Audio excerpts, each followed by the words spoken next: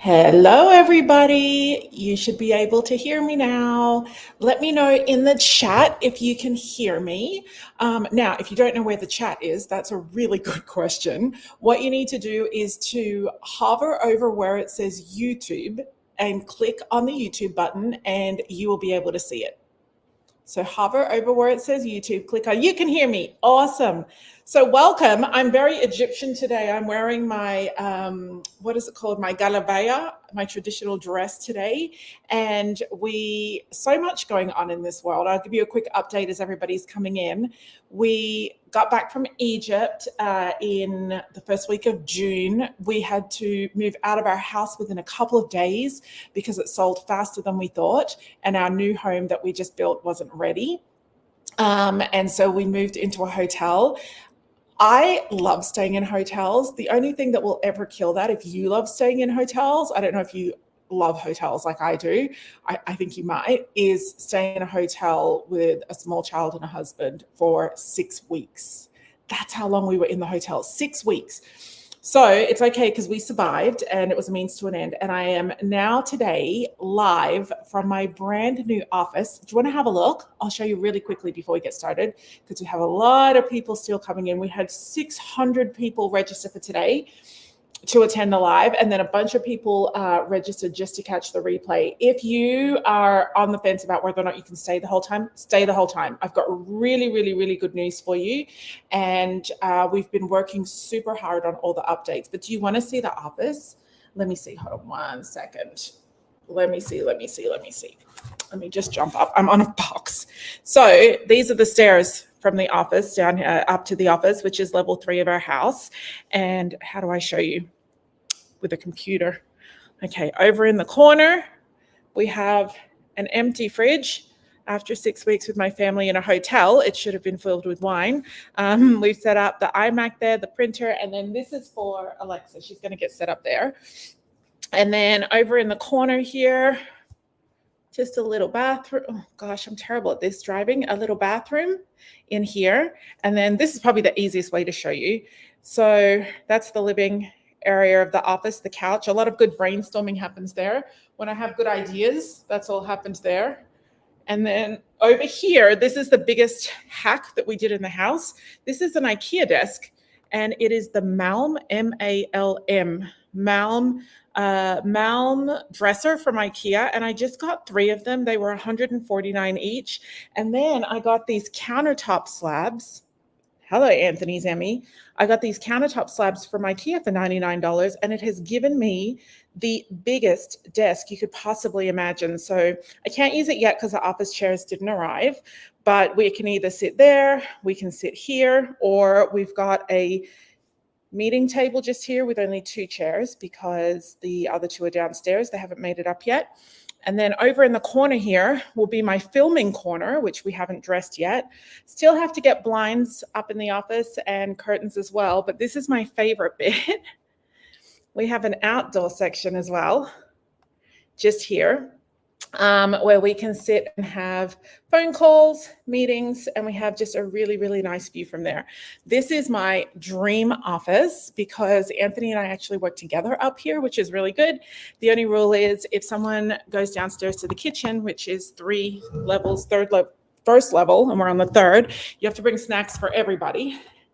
And if you get a phone call, you have to go outside. So other than that, we're all good. We moved in a week ago, a week and 2 days ago, and we'll be fully unpacked. I think tonight we'll be fully unpacked. So yeah, we did a huge purge. The trick is that we did a huge purge before we moved, and we only brought what we need. And I'll take you on a full tour of the house on another day, but I'll do a little video for you.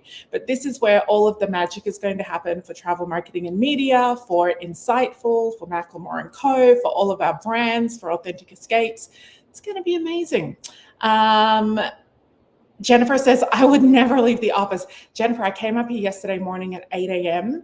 and I didn't leave until 5 p.m. And I was so happy up here. I packed my lunch from the kitchen. I had leftovers from dinner the night before, and I brought it up. And the coffee machine still got to come up as well. And listen, I will say this to you. We are all exactly where we're meant to be. And if you don't have what you want in your life now, sit down with a pen and a paper and a pen and a piece of paper and write down what it is exactly that you want in your life and what is blocking you and what's in the way and what you can do about those things and what you cannot do about those things. Because I have to tell you, we've put ourselves in this position, not because we're rich, we're not rich people. We honestly are not rich people. We had our slowest years of business in 2021 and 2022. So we had 22 and 23. So we are not rich people at all. But we sat down and we really, Anthony and I plan out our year in advance. We plan out our quarters in advance. We plan out our emergency plans in advance. And literally, by the grace of God or the luck of the universe, whatever you believe in, we stumbled across an amazing interest rate of 4.9% for 30 years with a builder doing a new build. And we've put ourselves in this situation where we not only have our dream house, but it is less of a mortgage than what we were paying in a 3-bedroom townhouse before. So I absolutely do believe that we are where we're meant to be, but you can be where you want to be. And so today I really want to help you in your business with that, because one of the, oh my gosh, Siri's like recording everything I'm saying. Hold on. She's transcribing. One of the things that, and we'll get started in about 60 seconds. Where is Houston? He's at school. School started yesterday. My baby's in TK. I don't know if you have TK in other states. TK is transitional kindergarten. It's about to become universal for California, where every child can go to transitional kindergarten or pre-K. It's not pre-K. TK is when your birthday is after the deadline, the August 1st deadline or August 30th, I don't know, but he's October. And he's wasn't old enough to start elementary school this year. So he goes into a special grade that is just for his age. And it means he gets held back, but I'm good with that because people told me for boys, it's also really good. So he started first day of transitional kindergarten yesterday, and he goes to elementary school next year. For those of you who remember when I literally had him in my arms or when I was pregnant teaching you, it feels like it's gone so fast. So I want to share with you, I don't know, has anyone listened to podcast episode 40? We just put it out, I think it was last week or the week before. And it is by far the episode that everybody needs to hear right now, because I literally believe that 99% of you are failing at this one thing. And if you can get your head around this one thing, this one concept, that you will thrive in your business, because we're not in a recession. We're not in a period where people are struggling to travel. We're not in a period where people want to book their own travel. There are people who want your services. There are people who are traveling. There are people who are thriving and spending tons of money, who want to throw money at you for your services. But if you're not getting those bookings, it's because you haven't done what needs to be done in order to get them, because everything is there. It'd be the equivalent of sitting at a table and not ordering your meal and wondering when your food is coming. That's the situation that I think 99% of you are in. And I'll go ahead and tell it to you now, but I really want you to go and listen to that podcast episode. Flora, can you put the link up for the podcast for me, please? I want you to listen to it, because it is it's going to tell you the 2 reasons, and it might be one, it might be both for you, I don't know, but it'll tell you the 2 reasons why you're not hitting your sales goals and why you're not getting new clients right now. And one of them is because, and I'll just explain it quickly, and you can listen to the podcast episode to get the full details, and it tells you what you need to do. One of them is because the majority of you, and I would say 99% of you, are not advertising and promoting your business. And I tell you the difference between just marketing and advertising and promoting. If you're posting on social, if you are doing email marketing, that's not what I'm talking about. I'm talking about advertising and promoting, literally putting yourself out there so that people know about you and who didn't know about you. And so I'll give you an example. Like I was driving through our town center. We've got a beautiful town center where we live. And I was driving through there, and there's a brand new day spa that just opened up this week. And they had signs out everywhere, and they had balloons out. That's a form of letting people know that they're new. And then I went in and I was meeting Anthony for our lunch date. You know that you're sad when you date on weekdays in the middle of the day because you don't want to pay for a babysitter. Oh, well. So I was meeting Anthony for a lunch date. And when I sat down at the restaurant, I saw these little cards on the table telling us about the new day spa. That is a form of advertising. That day spa owner went to the restaurant manager and said, hey, you get a super busy rush in here. I'd love if I could promote my business. Obviously, there's something in return there. Maybe she gave them a free pass to the spa because you can buy a membership. And maybe she just agreed, can we put these out for the first week? But I took it, I booked it, and Anthony and I are both going at the end of the move. This is a form of putting herself out there. Now, when I called, being the marketer and the business coach that I am, you know that I couldn't just make my appointment. I literally said to her, there we go. I literally said to her, hey, I saw your thing at the restaurant. Well done for doing that. It was such a good idea. What made you think of it? And she said, I need to get the word out about my business. I can't just open a day spa and, oh my gosh, my hair is a mess. You don't care. She says, I can't just open this day spa and then all of a sudden expect to have clients. And it made me smile so hard because I realized, like, yes, you need to put yourself out there. And I said, what else have you done? And she said, I'm running Instagram ads to everybody who lives in this neighborhood. There's like 400,000 people that live in this, I guess, mini city inside of LA County, Los Angeles County. And so she says she was running an ad there. She said, do you have any other ideas for me? And I said, yes, advertise in the local school newsletters and the sporting club newsletters. They're always trying to fundraise. So they have newsletters and you can put an ad in there. And then she called me back and she said, oh my gosh, I just called the athletics club and they only charge $50 for the year to have an ad in their newsletter. And it's a digital newsletter that people can click through.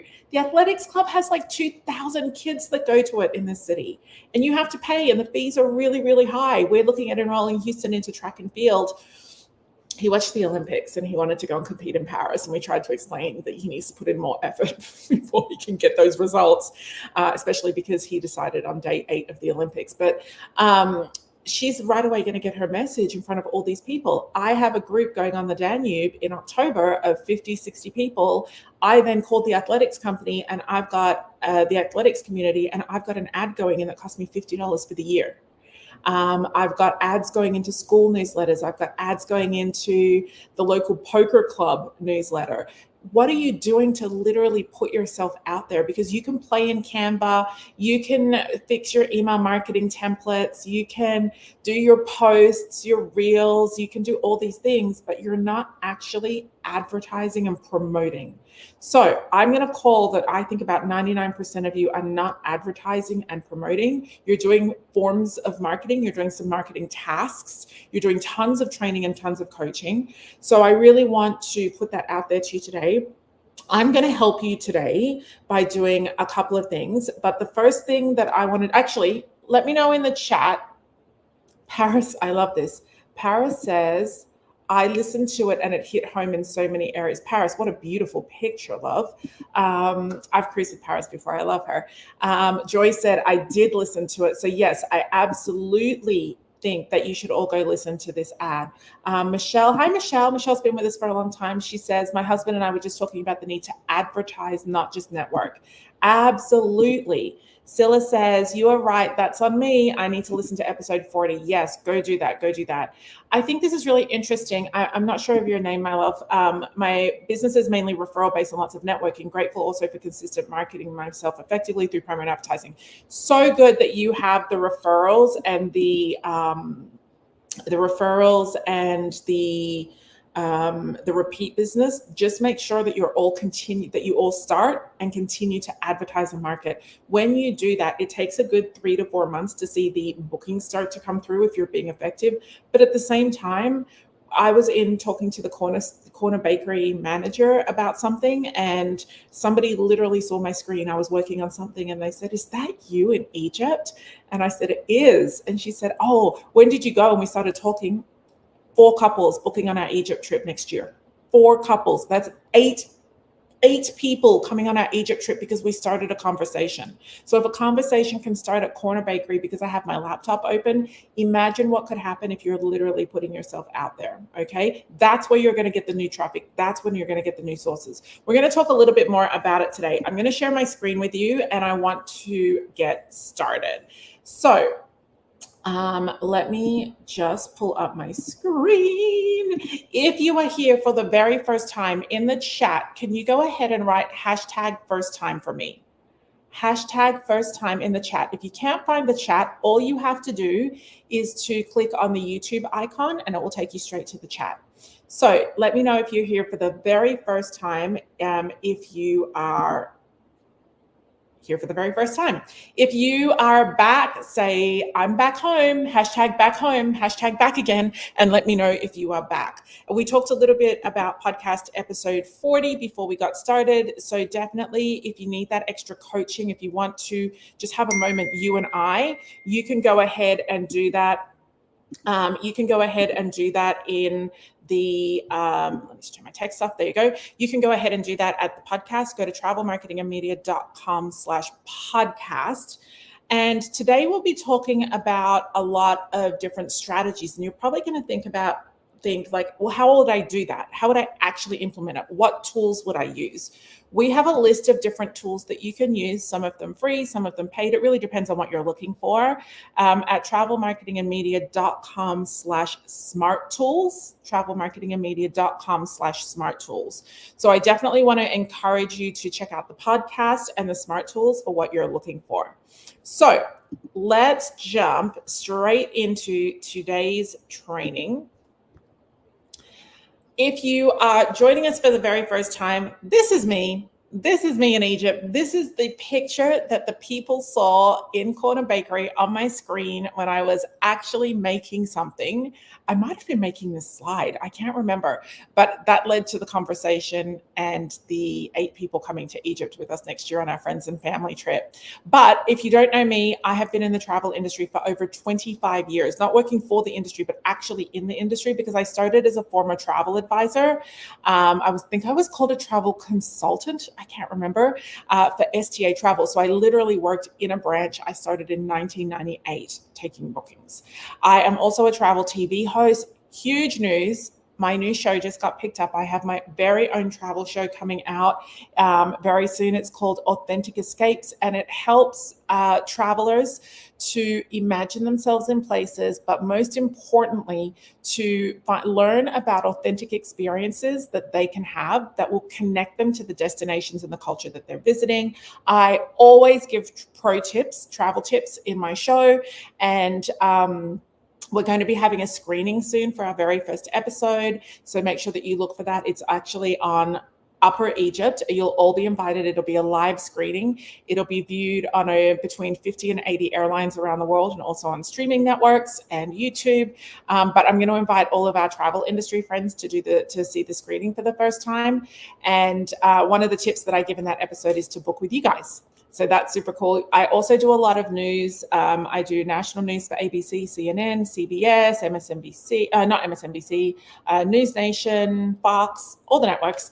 I am a travel marketer and have been for the biggest brands on the planet. So I worked all the way up to VP level. Many of you don't know, but I actually did the marketing and revenue for Royal Caribbean, and I was in charge for their entire fleet of ships. I'm the only ASTA recommended marketing partner, which says a lot, the American Society for Travel Advisors.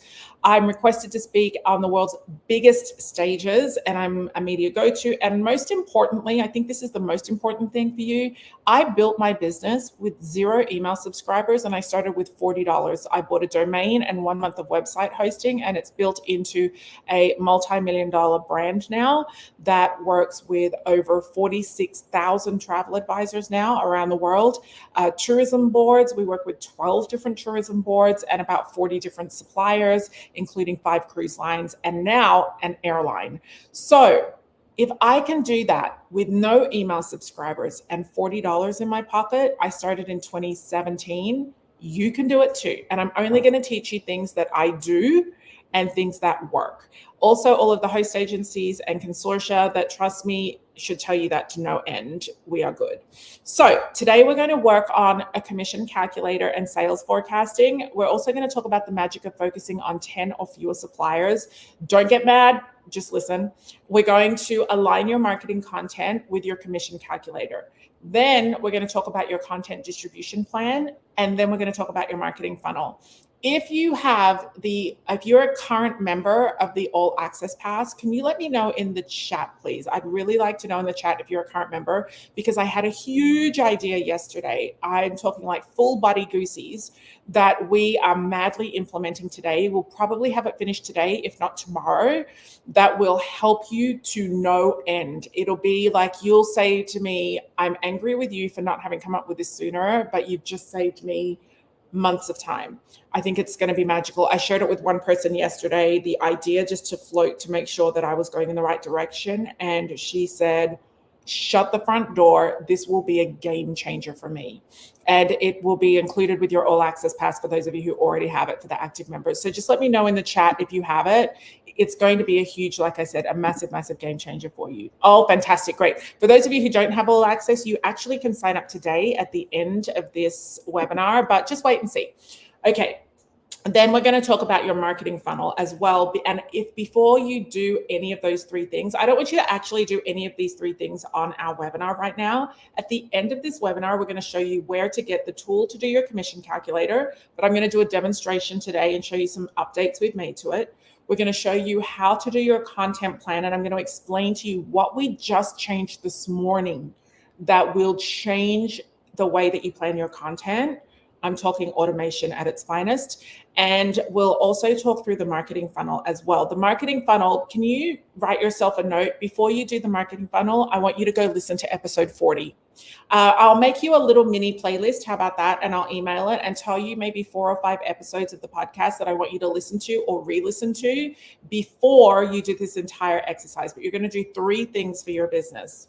So like I said, do not open the blueprint. Don't open any of these tools. We're going to give you the tools at the end. If you haven't done them, I want you to do them today or tomorrow. If you want to wait until the updated version comes out, do it tomorrow. If you have done them, I want you to go back and revise them.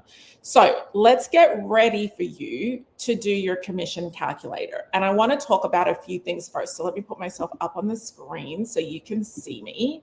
Okay, so I want to talk about a few things first about your commission calculator. We're not doing the calculator now. I'm going to explain it to you, and then I'm going to answer any questions that you have about it, and then I'm going to show you a demonstration.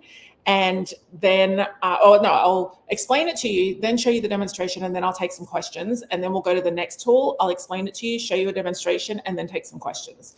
Okay, so for the commission calculator, when you go to do the commission calculator, there are a couple of things I want you to think about. The first thing that I want you to think about is the concept of having 10 or fewer suppliers in your business. 10 or fewer suppliers in your business that you focus on. So in a minute, I'm going to ask you to write out these suppliers and then post them in the content in the chat. But here's the reason why. And before you get kind of mad on this, I'll explain to you what happens if someone wants to book outside of those 10 suppliers. So my whole reason for having 10 suppliers or less is that if you have a very clear niche, if you have a very clear specialty, so maybe it's destination weddings, maybe it's cruising, maybe it's family travel, all of the suppliers that you work with should align with that niche, with that specialty, right? So if you do family travel, you're not going to have suppliers that don't cater to families. You're just not. If you do romance travel, you're going to have a lot of things like sandals and virgin voyages and, things that are good for couples. Like it could be anything really. If you do culinary travel or cultural immersion travel, you're only going to pick, like if you do cultural immersion travel, you're probably not going to focus on Royal Caribbean, right? You're probably going to focus on tour operators that get you right into the culture in small groups, okay? So my suggestion would be that you make a list right now. You can type it into the chat because I want to see it and I want you to see what other people are writing. If you had to pick the best suppliers that match your niche, who would they be? Now I'm going to give you some tips. If you already have this done, go ahead and type them for me. Write them. I want you to first write what you specialize in. So it could be family travel, cruising, river cruising, cultural travel, whatever your niche is. Write that, and then underneath it, write your 6 to 10 suppliers that you focus on. So they could be cruise lines. They could be places like Classic Vacations, ALG Vacations. They could be river cruise lines. They could be they could be tour operators like Globus, whatever it is on there. Go ahead and write them. I love this. So I'm going to give you, put up an example here. So Nicole, hi Nicole. Nicole focuses on destination weddings. So she uses a lot of Classic Vacations and Fun Jet Vacations. Those are the two that she's focused on. Karen, for example, hold on, Katie, that's your, let me pull up. Kimberly's got a good one here. Kimberly focuses on luxury adventures. So she's focusing on Lindblad Expeditions, Wilderness, EXO, Four Seasons, and Jet. Four Seasons Jet or Four Seasons and Jet. So these are all, and I want to use Kimberly's as a really good example. She's doing adventure travel, but not camping. Like she's doing luxury high-end adventure travel. Each of these suppliers is an excellent match. She can't put Royal Caribbean on there, and no shade to Royal because I'm a Royal girl. Spent 12 years of my career at Royal Caribbean. She can't put Royal on there because Royal doesn't match. She can't put Sandals on there as a focused supplier because ain't nobody having luxury adventures at Sandals. You're having luxury, but you're not doing adventure travel at Sandals, unless your idea of adventure is sitting by the pool. Now, what Kimberly is going to benefit from here is the fact that all of these suppliers all market to the same kind of traveler. And no surprise, that's the kind of traveler that Kimberly's chasing. If she had random suppliers that didn't all market to the same person and all serve the same person, her marketing is going to be difficult. Does that make sense to you? I work in this business with travel advisors, agents, and agency owners in travel marketing and media. So when I send out an invitation saying, come and join me for some free coaching, I know that what I'm offering is matching the audience that I have. If I suddenly said, come and join me for a lesson on how to cut bangs, I'm not going to get a lot of people sign up if I send it out to you guys. A few people are going to be like, she's crazy. What's she been drinking? Let me go and see because it's probably going to be funny. And she's that kind of person that would do this. But the majority of you are not going to turn up. It will be a waste of your time. So when you narrow down your suppliers down to less than 10 suppliers, not only do you have this list like what Kimberly has just here, where she says, where she's chosen suppliers that all market to the same person, her marketing is going to be easier. Her website is going to be easier to design. Her website is going to have images that interest everyone who comes to it who is interested in this kind of travel. Her email marketing, her social media marketing, when she goes out and she's looking for a place to market, the track and field association in my neighborhood is probably not the right one for her because all those people are vacationing with small children because it's like small kids athletics up to high school. But if she was to go to our country club or our golf club here, she would probably find exactly the right audience. So you can see here that you can slowly start to pull together a group of suppliers that have the same ideal client. So I want to put up one more. Let me put up, oh, this is a good one. Not that the others aren't, but I just saw this. Interlux's Getaways. So I'm sorry, I don't know your name. Her niche or specialty is luxury travel and group trips. And she's found that Virgin Voyages, Royal Caribbean, Fun Jets, Vacation Express, and Go Away are the ones that match for her. Now, let me do one more because I see Sylvia on here. Sylvia's got a good one. Oh, and then I'm going to show you. Yeah, this is the last one I'll do because I want to move on. So Sylvia, her niche or specialty is boutique cultural immersion and luxury, the luxury travel of that. Now, if your niche is luxury travel, stop with that. Stop with that. Luxury travel is not a niche. Luxury travel refers to the amount of money that they're going to spend and the expectations they're going to have. If your niche is group travel, stop with that.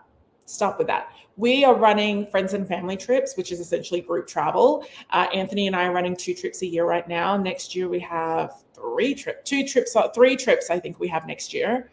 We have Korea, we have Egypt, and we have Christmas markets. So we have 3 trips going next year.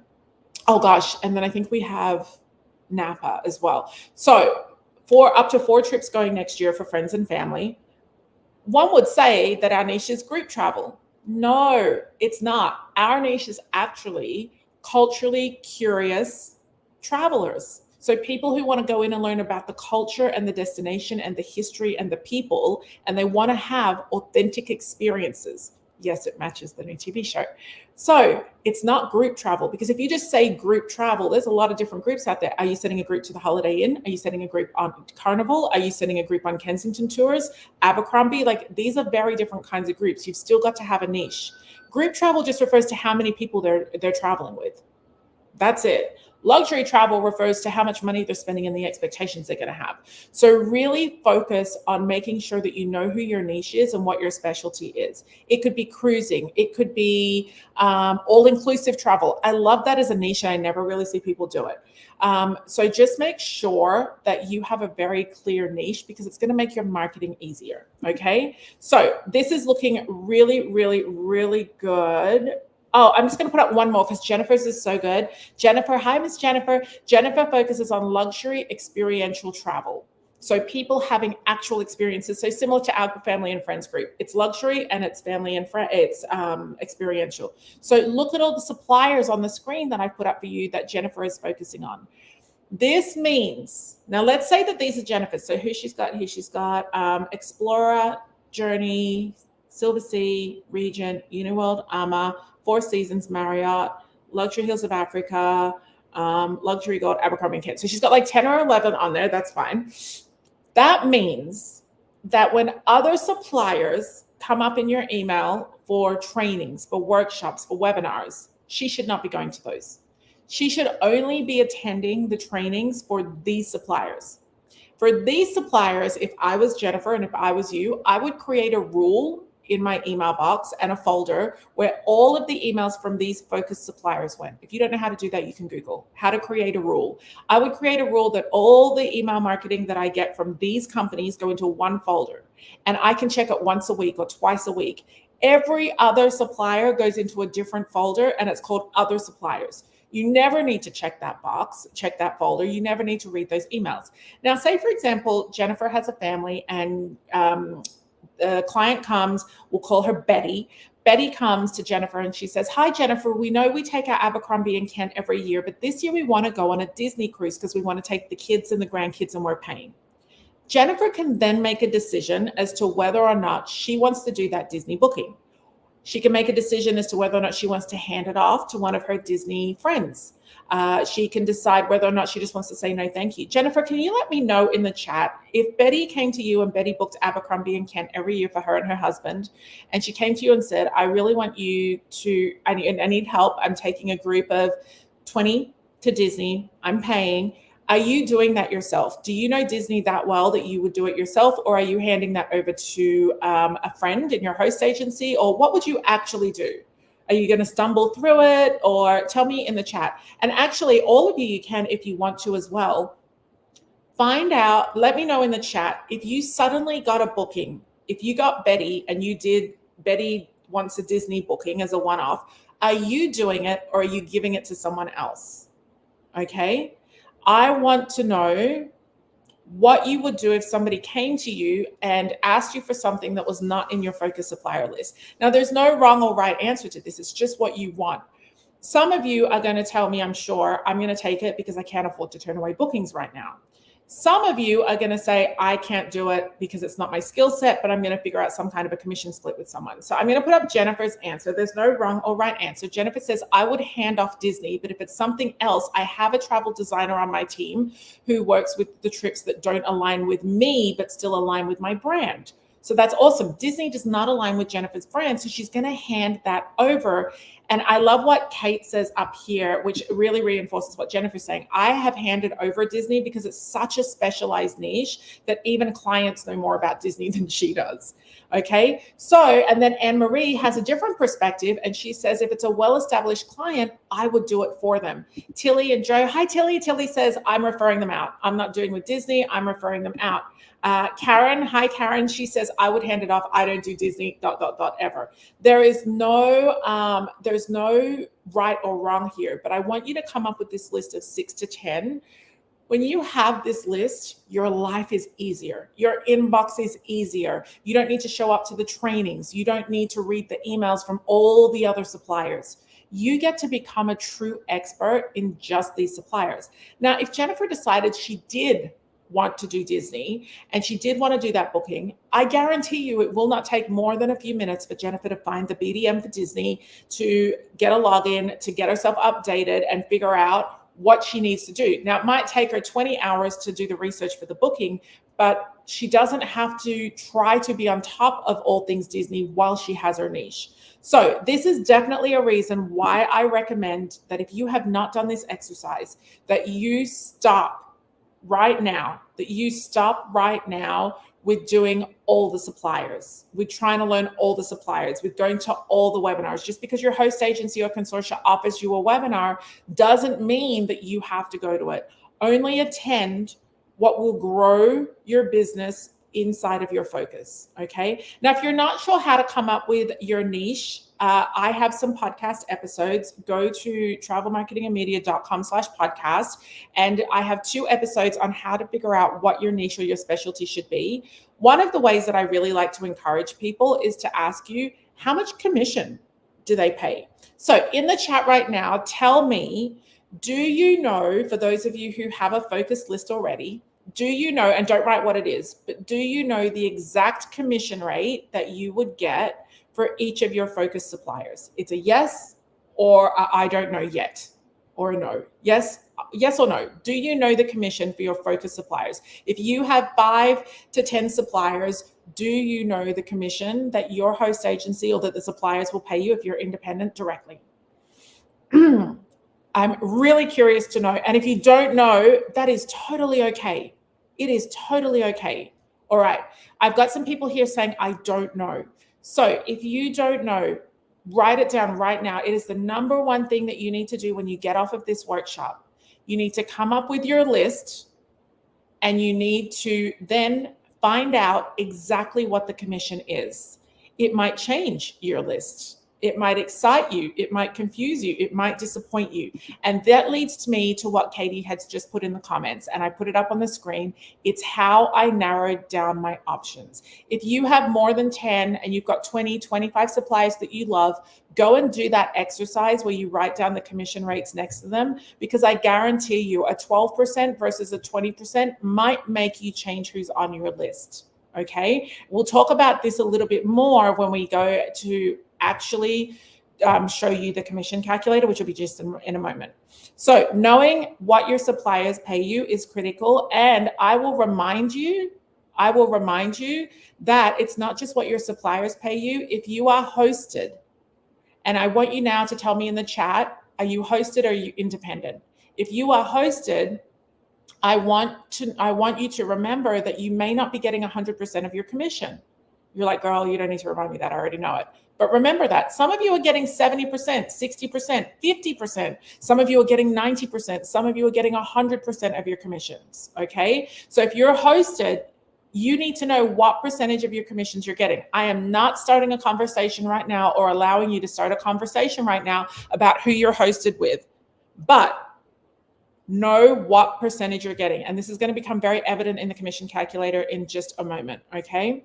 So I'm also going to have a podcast interview coming up soon, and maybe we'll do a mini course on it later in the year for those of you who are interested to move from hosted to independent, what that journey looks like. And I'm going to interview a travel advisor who actually made that switch. She went from being hosted to being independent, and she lives in Florida, so with very unique laws. So I'm going to have that conversation on a podcast episode coming up. If anyone's interested in that, we can make that happen.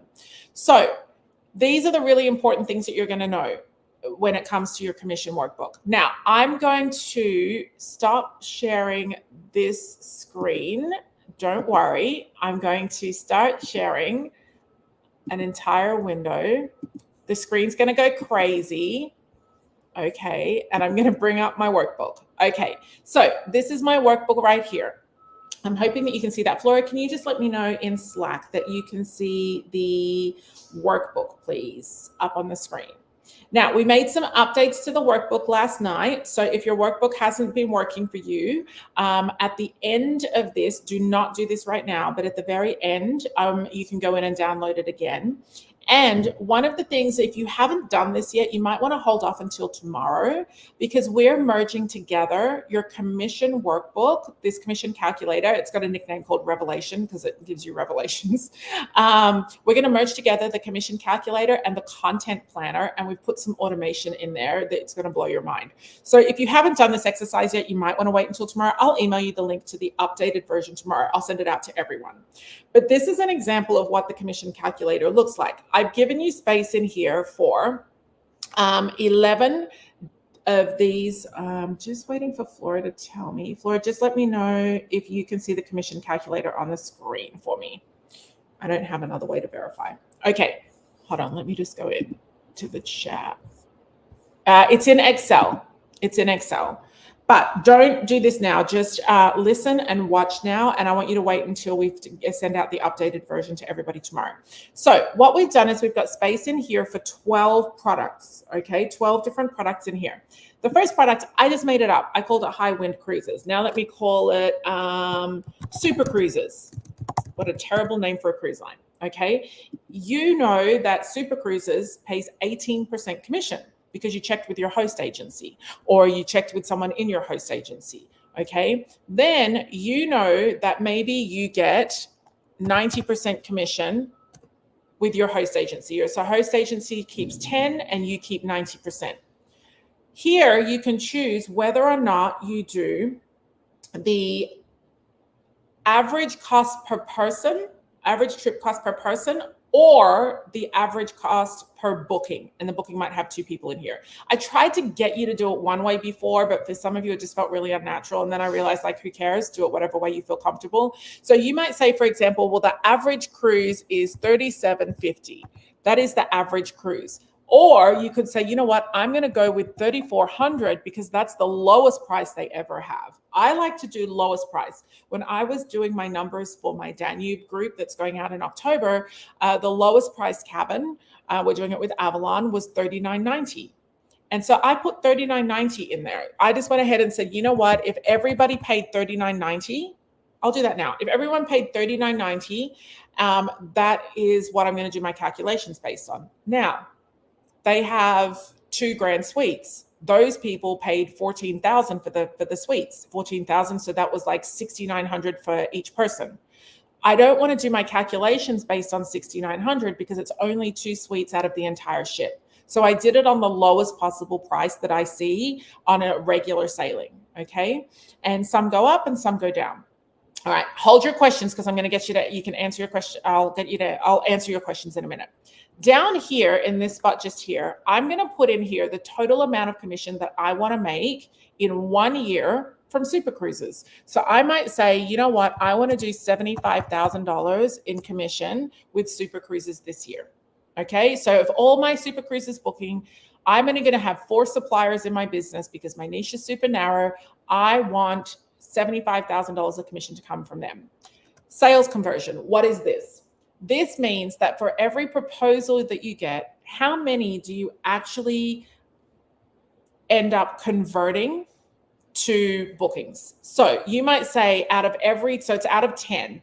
Out of every 10 bookings, how many booking requests or proposal requests, how many do you convert?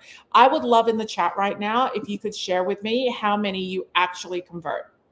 Oh, hold on. Can you see my comment? What? Oh, take down Katie's comment. Oh my gosh, thank you. Sorry. Okay, there you go. I just came back. Okay, it's in Google Sheets, but don't worry about that right now. It'll convert, it's in Excel, but when you upload it, when you download it from our website and you upload it into Google Drive, it will convert to Google Sheets. Y'all, don't focus on the questions right now. Just wait, hold your questions. I'm gonna come back and answer them in a second. So in the chat, I want you to tell me, out of every 10 requests that you get, how many do you convert?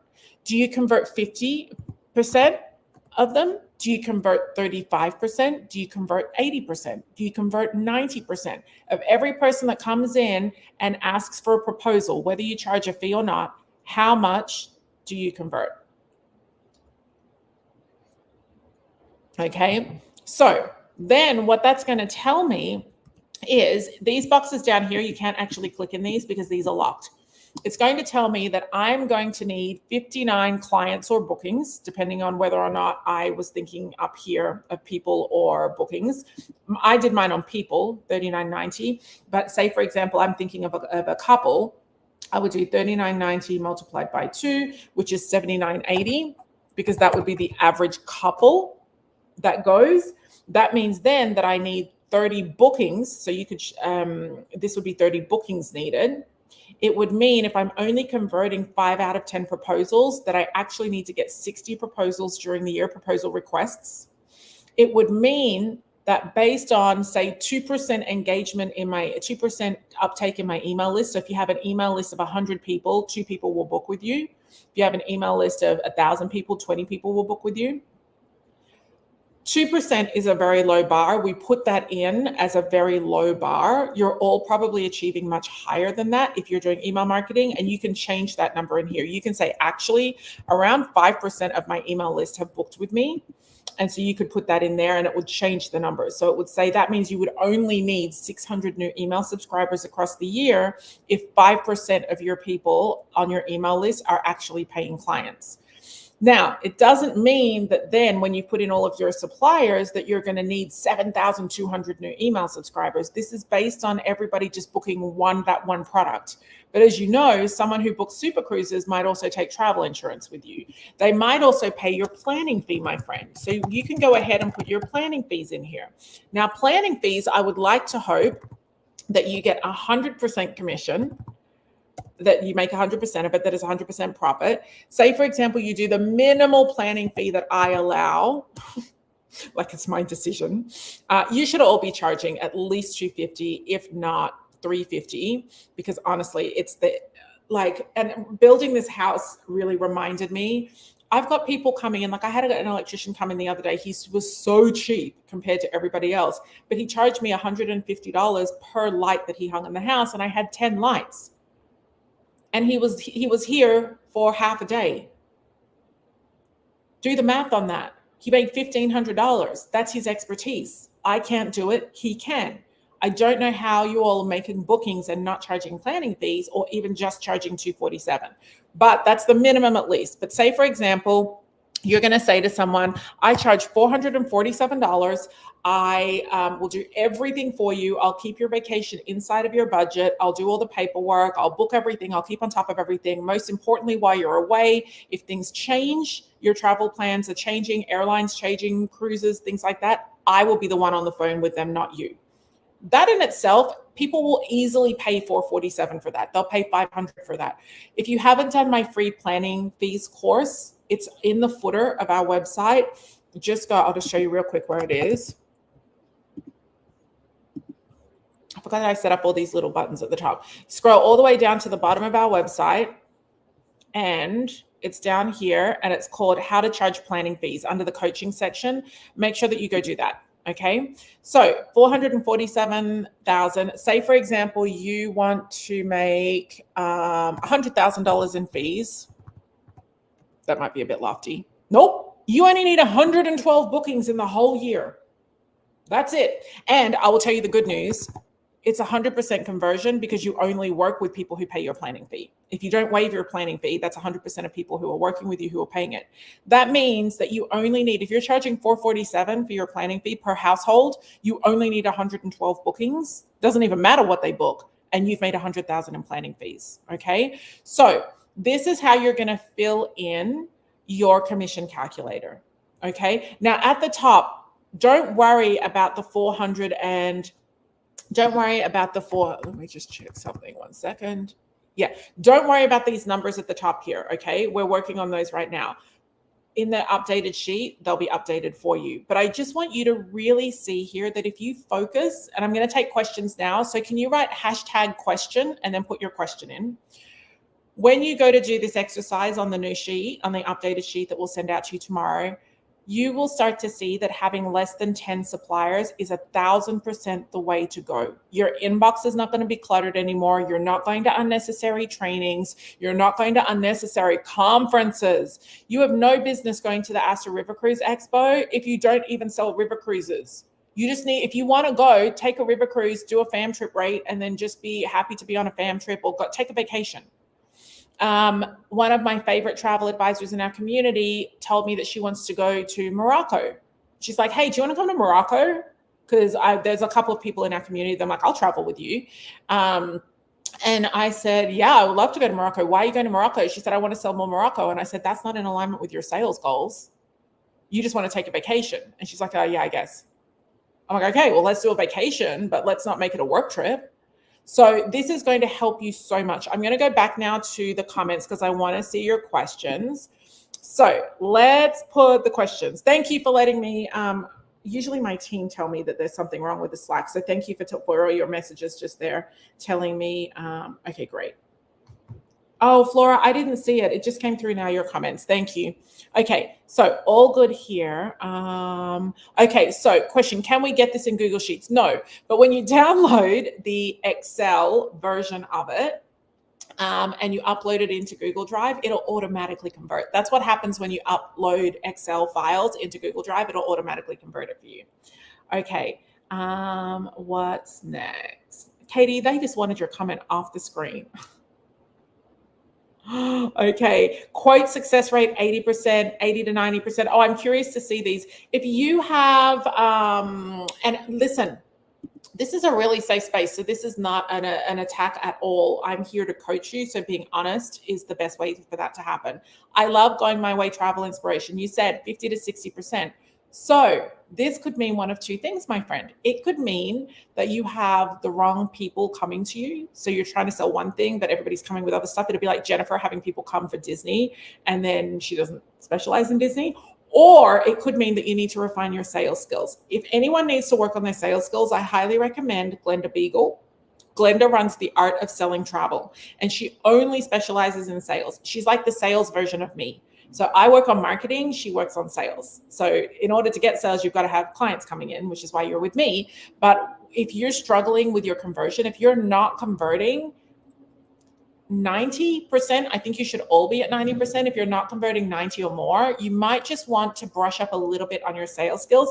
That being said, if you're converting 90, why not 95? Why not push it a little? Figure out and see. Glenda's got a really good podcast, so you can always binge on that as well. Okay. All right, let me see. Interesting. So, hi, Ajana Claire, how are you? She says, I had a client recently tell me that she feels like she got the better end of a deal with a $750 planning fee. Girl, I would pay $750 for a planning fee.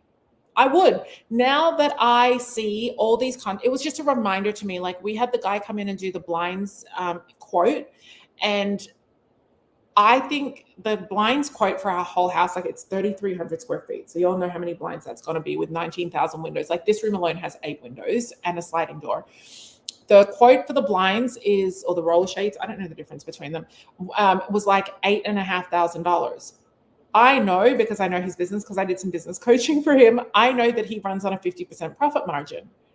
He's literally going to take 3 to 5 hours to put up all the blinds in my house, and he's getting $5,000 for that. Now, who are we to decide if $5,000 is worth 3 to 4 hours of work? That's not what the actual question is. The question is it worth me paying somebody that? And also, that was a really good rate, because when I shopped, I did shop around for something that I cannot do. Could I learn how to put them up? Yep, there's a bunch of YouTube tutorials.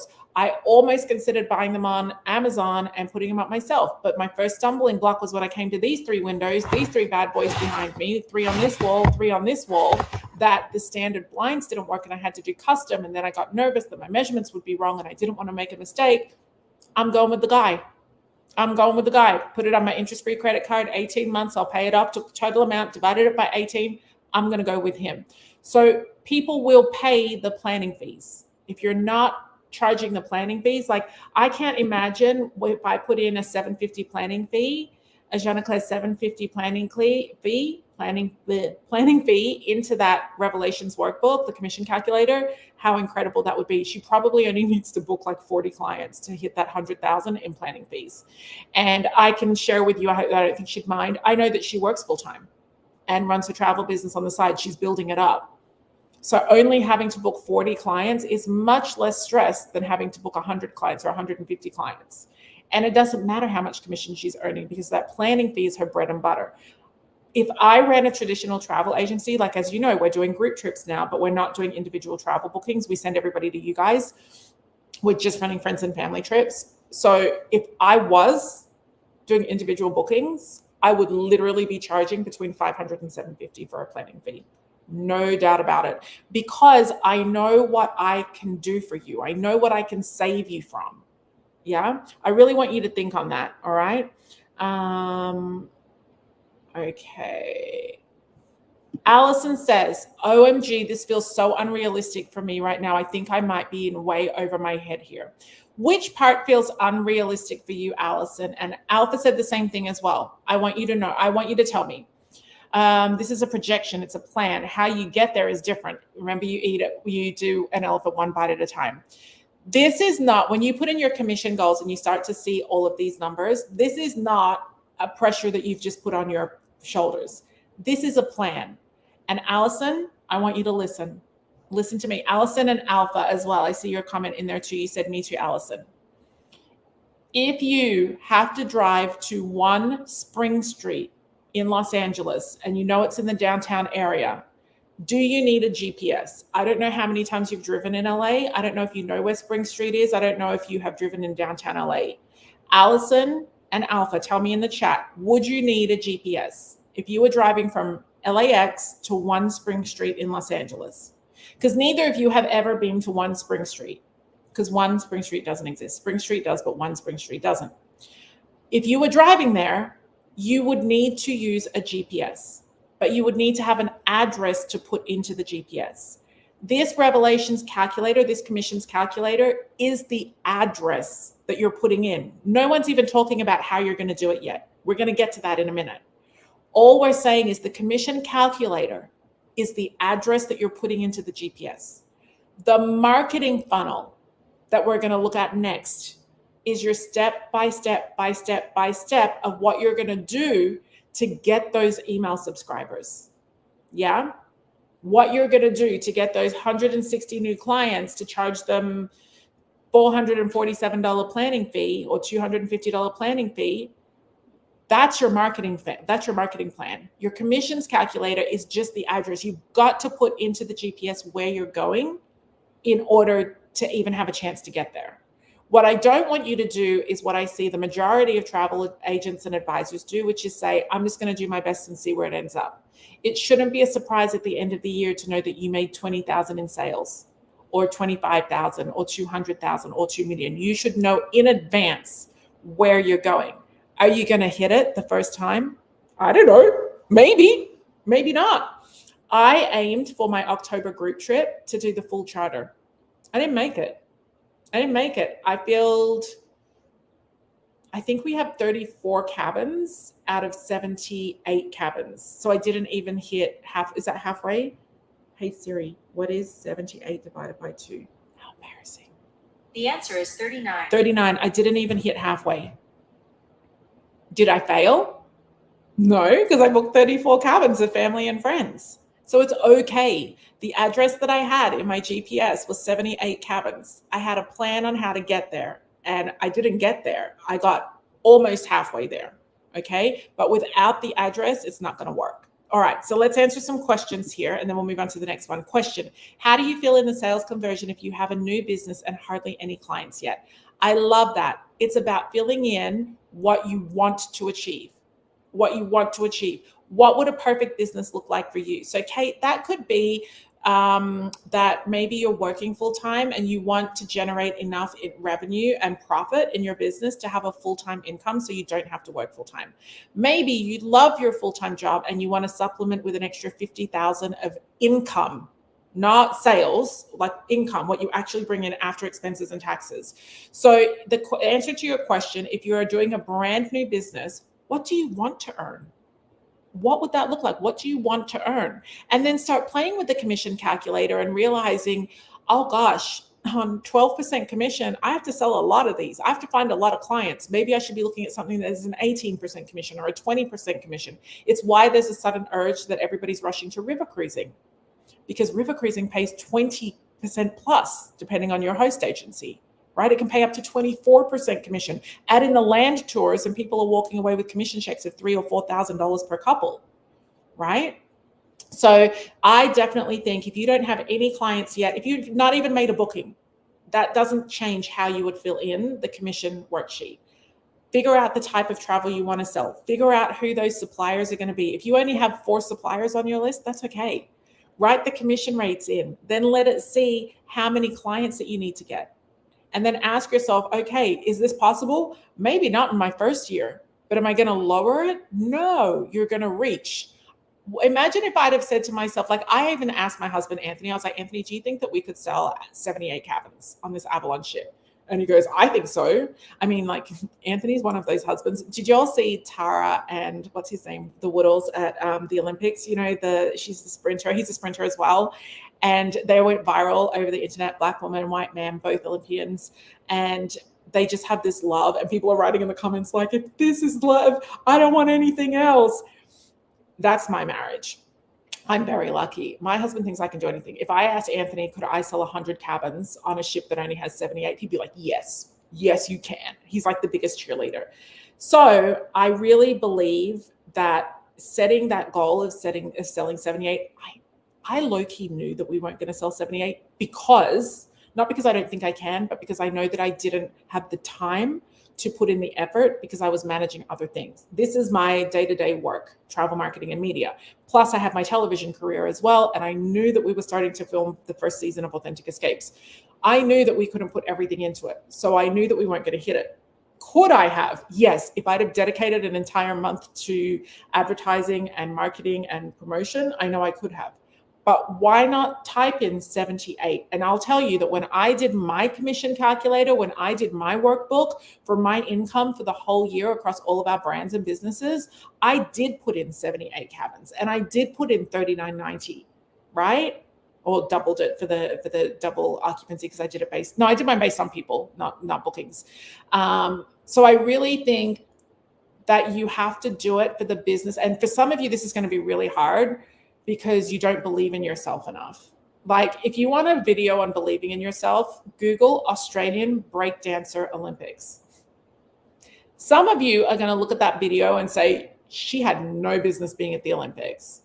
The rest of you are going to laugh so hard that your nose starts crying. But she had a confidence. She's a PhD professor. When you see this woman breakdancing, it is the most ridiculous thing that you've ever seen. But listen, organic raspberry confidence. I always talk about it. When you go into the produce section at the grocery store, bananas are hanging out for 19 cents. Raspberries are just sitting there right in the front at $13 a punnet. They don't care that they're the most expensive fruit in there. They know that they're exotic. They know that they taste good. They're sweet. And they're there. $13 a punnet, just a little handful. You have to have organic raspberry confidence. Okay? All righty. People are saying, yes, they saw the breakdancer. She's amazing. Yeah, I mean, she came in, write it down to Google, Australian Olympics breakdancer. I laughed so hard. And then the comment section will make you laugh even more. My nose started crying and the side of my cheek, what do you call this? My chin started to hurt. Okay, let me go for some more questions in here and then we're going to move along. Any more questions? Okay. I really like that question. So thank you for sending that in. Okay. What if you are a newer travel agent? Is it okay to charge a planning fee? 1,000%. Not only is it okay, if you don't charge a planning fee, I have a big problem for you, because you're going to struggle to charge it later. In the chat, can you please, everybody, if you charge a planning fee, tell this woman, this lovely, beautiful face, should she start now or should she wait until she's more experienced? What is your advice based on someone who now charges fees that didn't charge them before? Let everybody know. Okay. People are going to tell you about yourself in a minute. Okay. Let's see. The breakdancer. I know, it was hilarious. Okay, hold on. That was a good,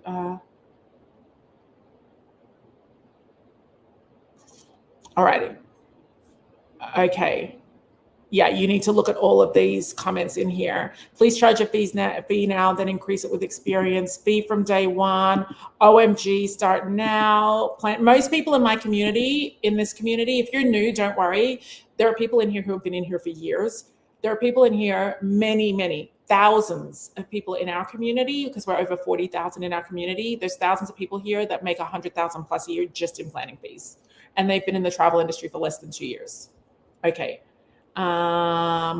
Katie, I love it. She says, my lawyer still charges hourly right after the bar. Yep, the minute they took the bar exam, they start charging. And I'll just read this one comment and we're going to move along. Start now. I did it in the beginning and people wasted my time. Charge a fee. People who truly want to work with you and value what you will pay. 1,000%. Do you charge a planning fee based on the duration? Go do my planning fees course, Isabel. It'll tell you exactly how much to charge, how to explain it, what to say on your website, and it's a free course. Okay, so we're going to move along. I want to now I'm going to close this down. We're going to email you the most updated version of this tomorrow. And now what I want to do is I want to move along to this one here. This one, we're also going to email you an updated version of it because today we're making a change in here that I think is going to make some of you fall out of your chair. Okay, well, let me just make sure I took down all the comments. Yeah, I did. Okay, did I? Yeah, okay, great. So close down the commission calculator. Now we're going to have a look at your content plan and I'll make this a little bit bigger. Okay. No, we're not going to do that. Hold on. We'll come to that in a second. We need to talk about marketing funnels real fast. Okay, this is your marketing funnel, okay? A marketing funnel is what is the difference between having no new clients and getting new clients. Every business has to have a marketing funnel. You have to have a marketing funnel. If you do not have a marketing funnel, you need to do it today. And it's really easy because it's step number 2 on the blueprint. It's literally an online little exercise that you do. You click on it, you answer the questions, it emails it back to you. It's really simple, okay? So don't do it now, at the end. We'll email you all the links that you need to do all these things, by the way.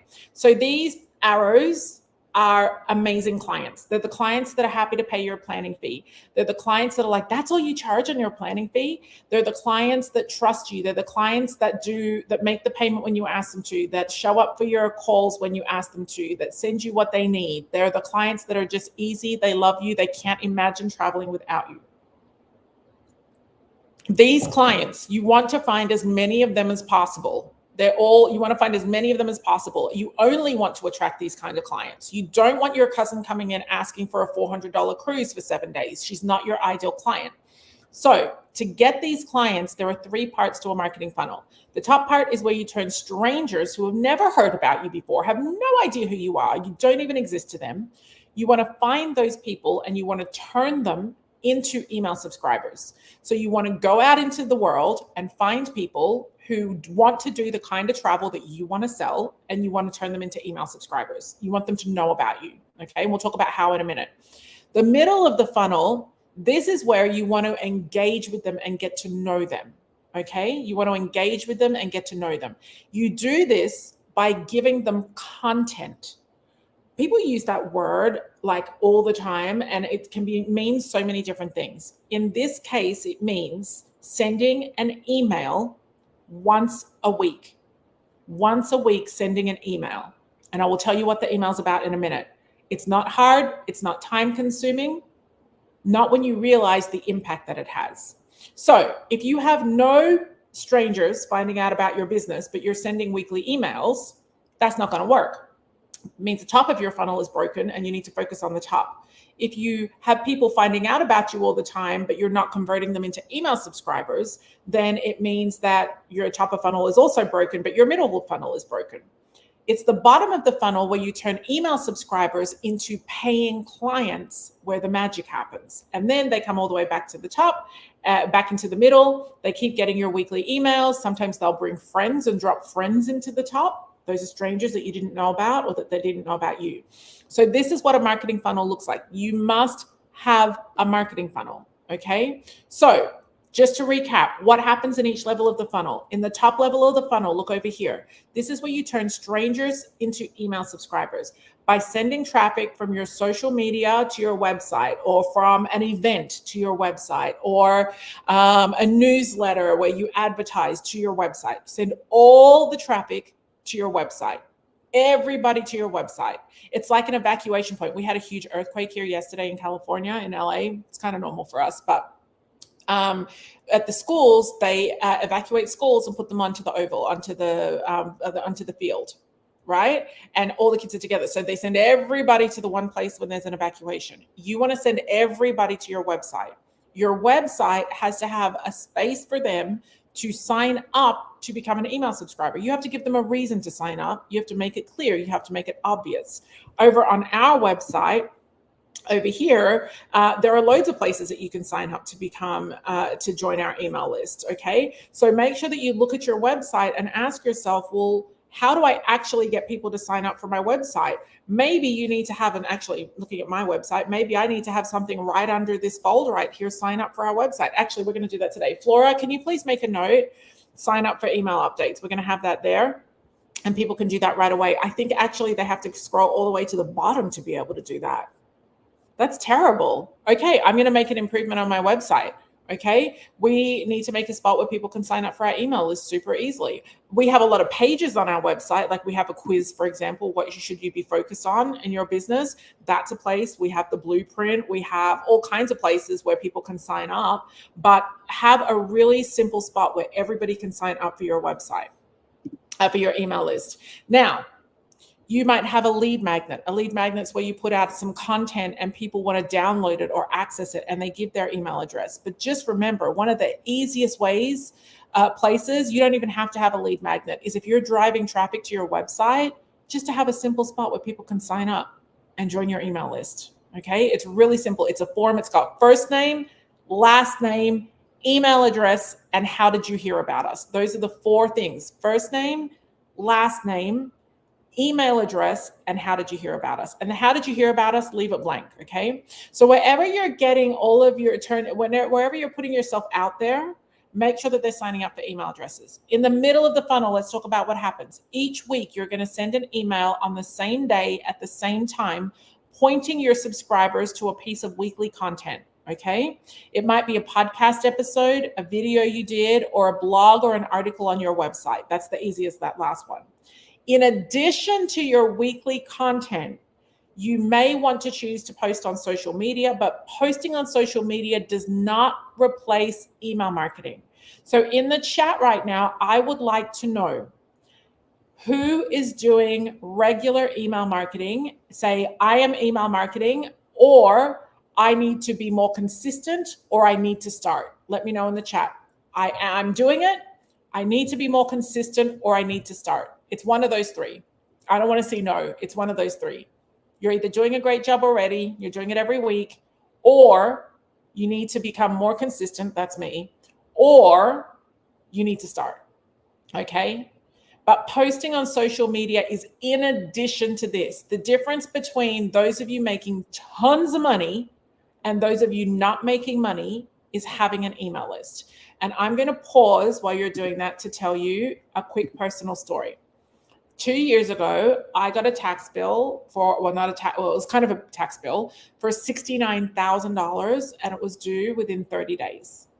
Can I tell you, I don't even need to, like, imagine yourself what would happen if you got a bill for $69,000 and it was due in 30 days. And it was due in 30 days because my accountant told me about it on the 1st of December. I read it on the 2nd of December, and I had to pay it by the 31st of December. Basically, they told me, because of the way your business ran this year, you need to either pay $69,000 into a pension plan, a cash benefit pension plan, which is like a tax shelter, or you're going to get a bill from the IRS for $69,000, and then you'll just pay them that. And I was like, wait up. I need to pay $69,000 to either myself for retirement or to the tax department. And they were like, yes. That was a no-brainer for me. I'm not giving the IRS any money if I can keep it myself. Here's the problem. I didn't have it. I didn't just have $69,000 in my bank account. So what I did have was an email list of 20,000 people. So what did I do? I came up with a email marketing course. I ran it. It was a 2-hour live event. I did it 3 days in a row, one on ConvertKit, one on MailerLite, one on Flowdesk. Do any of you remember when I did this? It was like 2 years ago.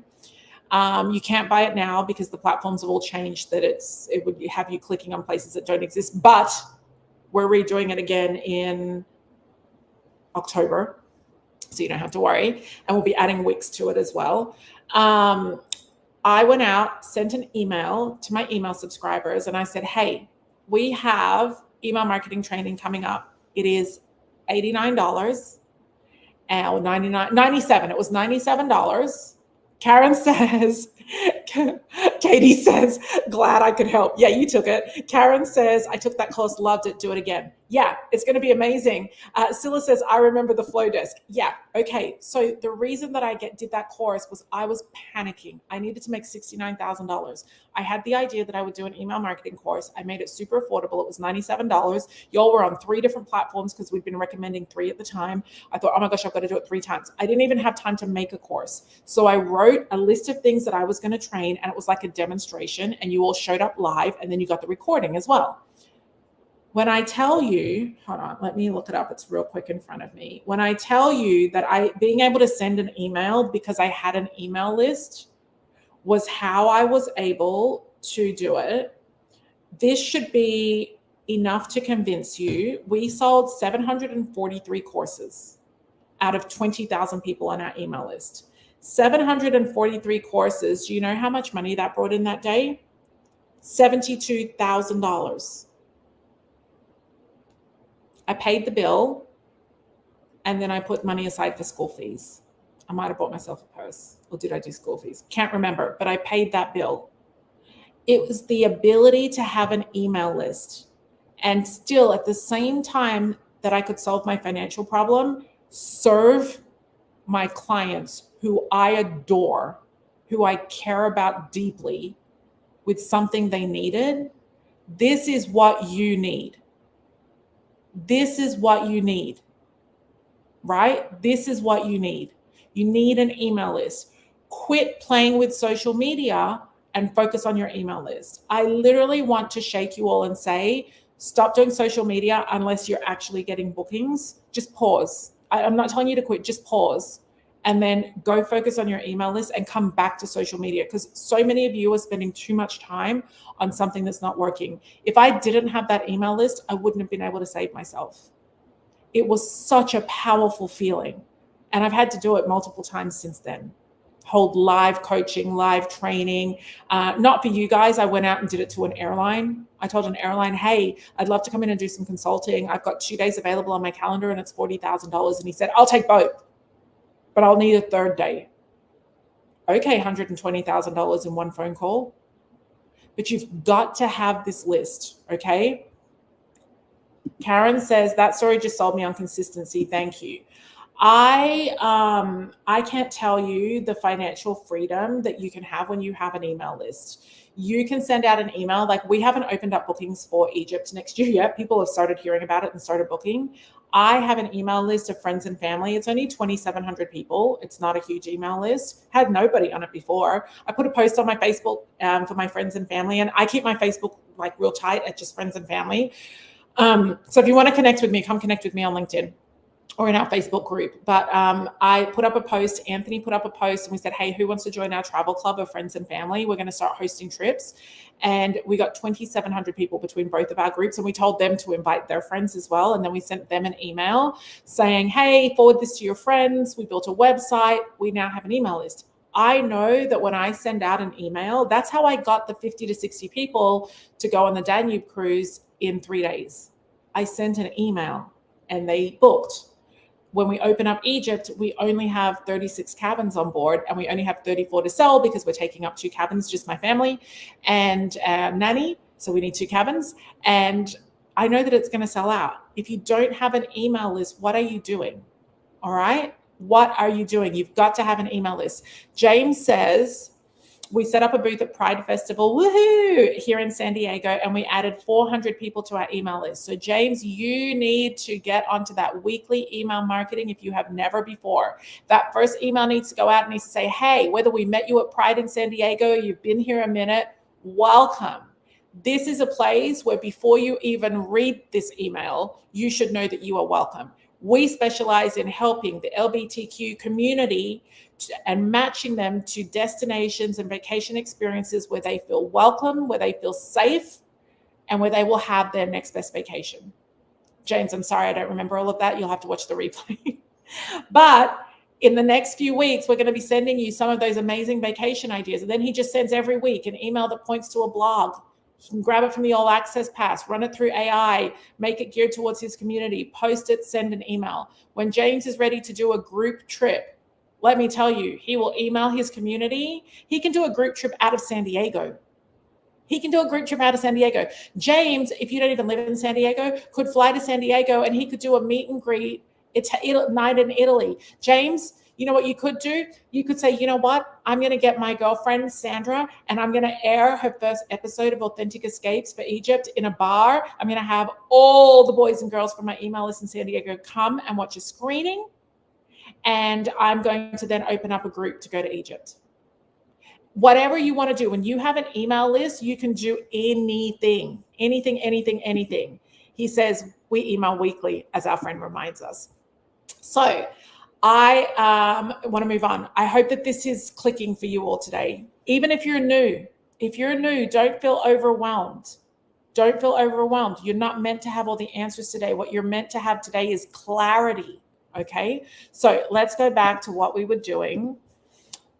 Marketing funnel. When you can send that email out, when James sends an email saying, hey, we're hosting an Egypt night, we're going to be screening an episode of the new travel show, Authentic Escapes in Egypt. Come, we're going to be at this bar. You book a bar to open at 6 p.m. or 7 p.m. so everyone can come after work. The bar is not usually busy then. Get a projector, you can get a projector on Amazon for $60 and invite all your people. You know, they all live in San Diego. They're all going to come. And then you could literally open bookings that night. And you could have a group to Egypt.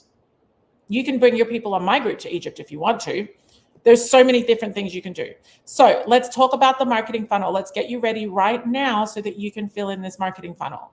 So here's what you're going to need to know to complete this exercise. Firstly, you need to know how much money you're going to be able to invest in marketing and promotion. James, would you be so kind as to share, if you're comfortable? I think you will because you're a sharer. What did you have to do to be able to have a booth? How far in advance did you book? How did you do it? How much did you pay? And you got 400 subscribers. Add that in there. James is going to share that with us and you're going to see. Now, you might be looking at this thinking, like, I don't know how much you paid, but you might look at it and be like, I can't afford that. Well, neither could James at one specific time, but he planned for it. He saved for it, or he waited till he could. But you might be able to afford the $50 to go into the private high school, the charter independent high school, to have a newsletter ad, right? I have a list of things that I'm doing to be able to get my Egypt group out there. I'm looking right now at getting some quotes. I have my assistant working on getting some quotes for me on direct mail so I can have postcards sent to the neighborhood that I live in, because the neighborhood I live in, they can afford it. They have multi-million-dollar houses. They can afford it. So I'm going to do a letterbox drop. I'm going to do up a brochure. I'm going to send them with a QR code on there so they can watch the episode of my trip as soon as it's up on YouTube. And that's how I'm going to do it. There are things that you can do. There are low cost things. There are no cost things. You've just got to start writing it down. Okay. So you're going to need to know, if you have a budget, how much is that budget? You need to know what options you have for promoting your business. And I guide you through this in this exercise. So when you go to fill in your marketing funnel, it's going to look just like this right here. And you're going to start filling in the questions one by one. Okay, one by one. It's not going to take you long, and you're going to fill in the answers just there. So let's go back. This is going to really help you to get clear here, okay? One of the things that it's also going to do is it's going to help you to realize that when we did our commission calculator, remember here, having focused suppliers who match is critical. You cannot have Abercrombie and Carnival as your focus suppliers because they're two different audiences, which means it's going to make your marketing funnel very difficult because these arrows, these people are not the same, right? Okay, so before we move on, I'm going to take some questions. If you have questions about anything, ask now. And while I'm waiting for your question, I'm going to put up some more information. Oh, here's James's response. So he says he booked it about 2 months in advance. They partnered with Vacaya. The booth cost $1,300 for the weekend, but we also needed to buy a tent and tables, so they went to Costco. And he got 400 email subscribers. Let me tell you, should James decide to do an Egypt trip, for example, he would make his money back, that $1,300, are you ready, in one booking. One booking. In the second booking, he'd make back everything he spent at Costco. Probably James got food that day. They probably had to pay parking. He would make back all of his expenses in one couple, two people. Right? So this again goes back to your commissions. What are you selling and how much commission are they paying? If James is specializing in Disney, and this is no shade at anyone who's selling Disney, his 8% or 10% commission to go to send them down to Disneyland here in California, he's going to need a lot more people. Now, I know that that's not what James sells, so it makes it a lot easier, okay? So, he added some information. He says, we justified the cost that by realizing that one booking would pay for the marketing event. I mean, James, you seem to be in alignment with your business coach, okay? He says that was exactly our plan. There you go. Okay, so I want to take questions in here. I love this question from a different James, James Power. Welcome, James. He says, what about running an online contest? So I think that you have to sit down like the other James did, and you have to ask yourself, what would I need to get in order to make it worth it? And is running a competition or doing a giveaway going to attract the right kind of people? Because when you give things away, let me tell you, I joined Sam's Club last week because this almost 5-year-old child of mine, if anyone's got boys, tell me if this was you as well. He went from eating like a toddler, which was like, he's a really good eater. He eats seafood, vegetables, fruit. He doesn't really eat a lot of junk. He only eats clean foods for the most part because we are a clean food family. We're one of those annoying California clean food electric car driving families with solar panels. But he suddenly went to eating like a full-grown adult. I don't know what happened. He woke up one morning and I swear to God, he was an inch taller because we measured him. And then it happened again a couple of times over the summer. My child is like the same size as an 8-year-old almost. So I'm like, this is not gonna work. Groceries be expensive out here in this country right now. So I went to Sam's Club. I have a link to join for $25 if anyone wants to join Sam's Club. I'm not trying to make any money, but $25, I'm trying to save everybody money. I went to Sam's Club. Why was I telling you this? Sam's Club. Oh, the taster lady was there with her Tyson teriyaki chicken. And I watched for a second. All of these people were lining up for the samples and nobody went to the fridge to buy the chicken. Now, firstly, I'm going to tell you that the lady was missing two things in her marketing. She didn't have a call to action. She's in there fighting for her life with this teriyaki chicken, like handing it out faster than these people like whooshing in. People were grabbing like 2 or 3 of the little containers with the toothpick. The orderly person in me was very disappointed. I wanted to form them in a line and tell them just one per family because they were only ever going to buy one bag. But secondly, she should have had a call to action or a giant arrow pointing to the freezer. And homegirl wasn't even standing next to the freezer with the turkey in it, with the chicken in it. It was like a few feet down, like 8 feet away. So I wait until the line is gone. I'm baffled because I watch all these people eat this teriyaki chicken sample and walk away. They're literally there for the free food. I don't know if this happens at Costco as well. We're not Costco people. We're now Sam's Club people. But Costco, I was a Costco member for a week, y'all. It stressed me out. It's like a bit of a madhouse. Then I go to the front. I'm not planning to eat the chicken. We don't eat a lot of meat in this house. We do eat chicken, but we don't eat a lot of meat. But I'm thinking, how good can frozen chicken be? Like, it can't be that good. I went to boarding school, so I have a lot of preconceived notions on what chicken should taste like. And she's like, please. And I said, okay. And I can't say no, I'm a people pleaser. So I take the chicken, I bite it. It's so tender. It's so good. And I said, how do you cook it? And she said, you just put it on a plate in the microwave for 2.5 to 3 minutes. My child loves teriyaki chicken, and we've been paying $12 for the child's portion, but now he wants the adult, so it's $14 for teriyaki chicken, veggies, and rice. And they look like the frozen veggies that I can get in a frozen veggie bag. Y'all, I cannot tell you, I grabbed a whole bag of that damn chicken, and he has been eating it every other day. I thought he was going to get sick of it, but then he never gets sick of the one that we were paying $12 for. So, and he's been eating that for 3 years now. And I literally, on the days where I cannot cook dinner, and last night I cooked, it was the night before. I was so tired. And we've been on meal delivery forever, and now I want to cook a little bit. I did 90-second rice in the microwave. My mother's going to be so disappointed in me because I come from the South Pacific where we should be able to cook rice with a bucket and a fire, with a pot and a fire. But I went and I got my 90-second rice. I put it in the microwave while that was cooking. I went and got the chicken. I put it on a plate, put it in the freezer. Anyway, I digress. I had to ask her, where do I get it? How do I cook it? And I bought it. When you do a giveaway, you have to know that you're going to attract the people who are hungry, but have no intention of buying. They're so used to the sample lady standing there. You're going to have a way to have a call to action to make sure, number one, that you're only in front of people who can afford what you're selling and who are interested in what you're selling. And number two, that you can measure. She knows how many portions she gave away because she knows how many of those little white cups she had. Then she's going to be able to go to the manager and say, how many things of teriyaki chicken did we sell today? You're probably going to tell her one from Sandra McLemore. Okay. But Parks to Paradise Travel. I donated a gift basket for my daughter's school event and got 100 email subscribers, and it cost me $100. What I want to know is your next step. Did you get bookings? Did you get proposals? Did you get booking requests? Because if so, then that's something that truly worked for you, right? Okay, so more questions or comments. I've done the postcard mail for months on end and came up empty. This was to a high-end neighborhood as well. So it may work, it may not work. It could have been what was on your postcard. It could have been the call to action.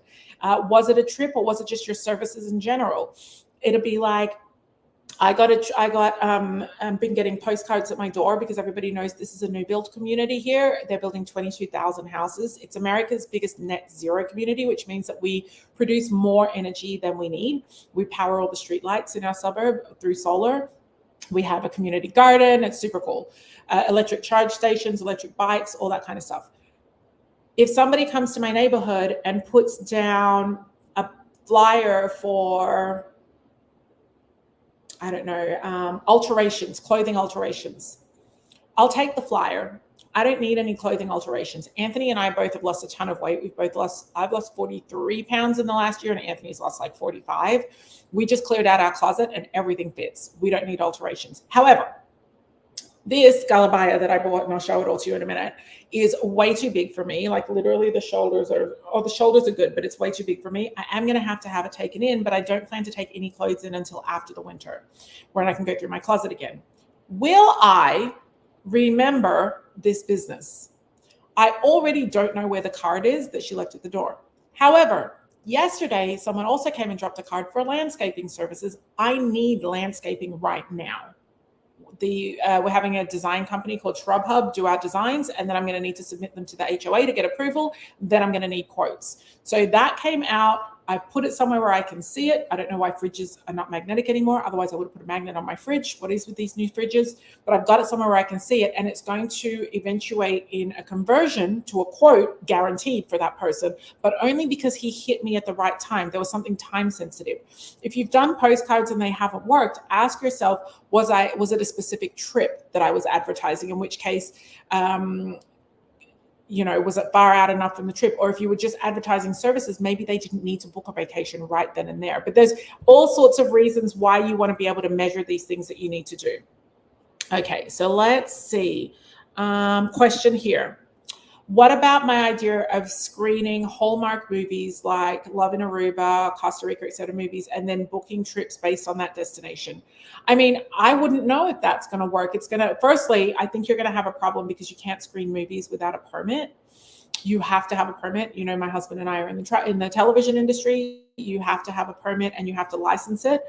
I mean, you could, if you did a screening of Under the Tuscan Sun and then you did Italy, like bookings right afterwards, you could, because I think people are high on Italy when they watch Under the Tuscan Sun. But I think the money that you would have to pay to screen it would be exorbitant. I think it would be in the tens of thousands of dollars, at least in the thousands of dollars. But here's what you do. The answer to that question: sit down and write out how much your event would cost you. What James did, for example. How much did the event cost James? I know that James and I think it's your husband that you run your business with. I know that they know exactly how much that event cost them, and then work out what you would need to get from it to make it worth it. Okay. And if you didn't get that, would that loss be okay?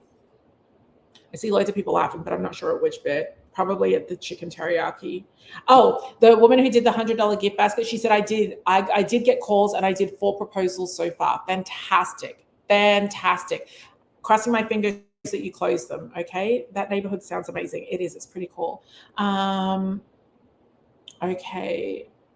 I want to move on. I just want to make sure screening fees. Oh yeah, you can't just screen things. You can't even just play music. Okay, considering donating a certificate for a 1 times no charge planning fee for a silent auction to $500 per plate nonprofit gala because attendees will align with my business goals. I would not do that because it's up to you though. I would not do that because you're straight away discounting the one most valuable thing that you sell, which is your expertise. I would find another way. I love the nonprofit gala. I love that you know that audience aligns with your business goals. I would find another way to engage with them. I would find another way to do that.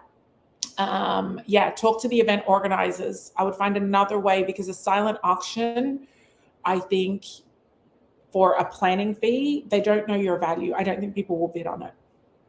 Okay. Local AMC will rent a movie theater for about $100. Think about using that as an outlet. Yes, for the movie theater itself, perfect, but you've got to pay the screening fee if you're going to do that.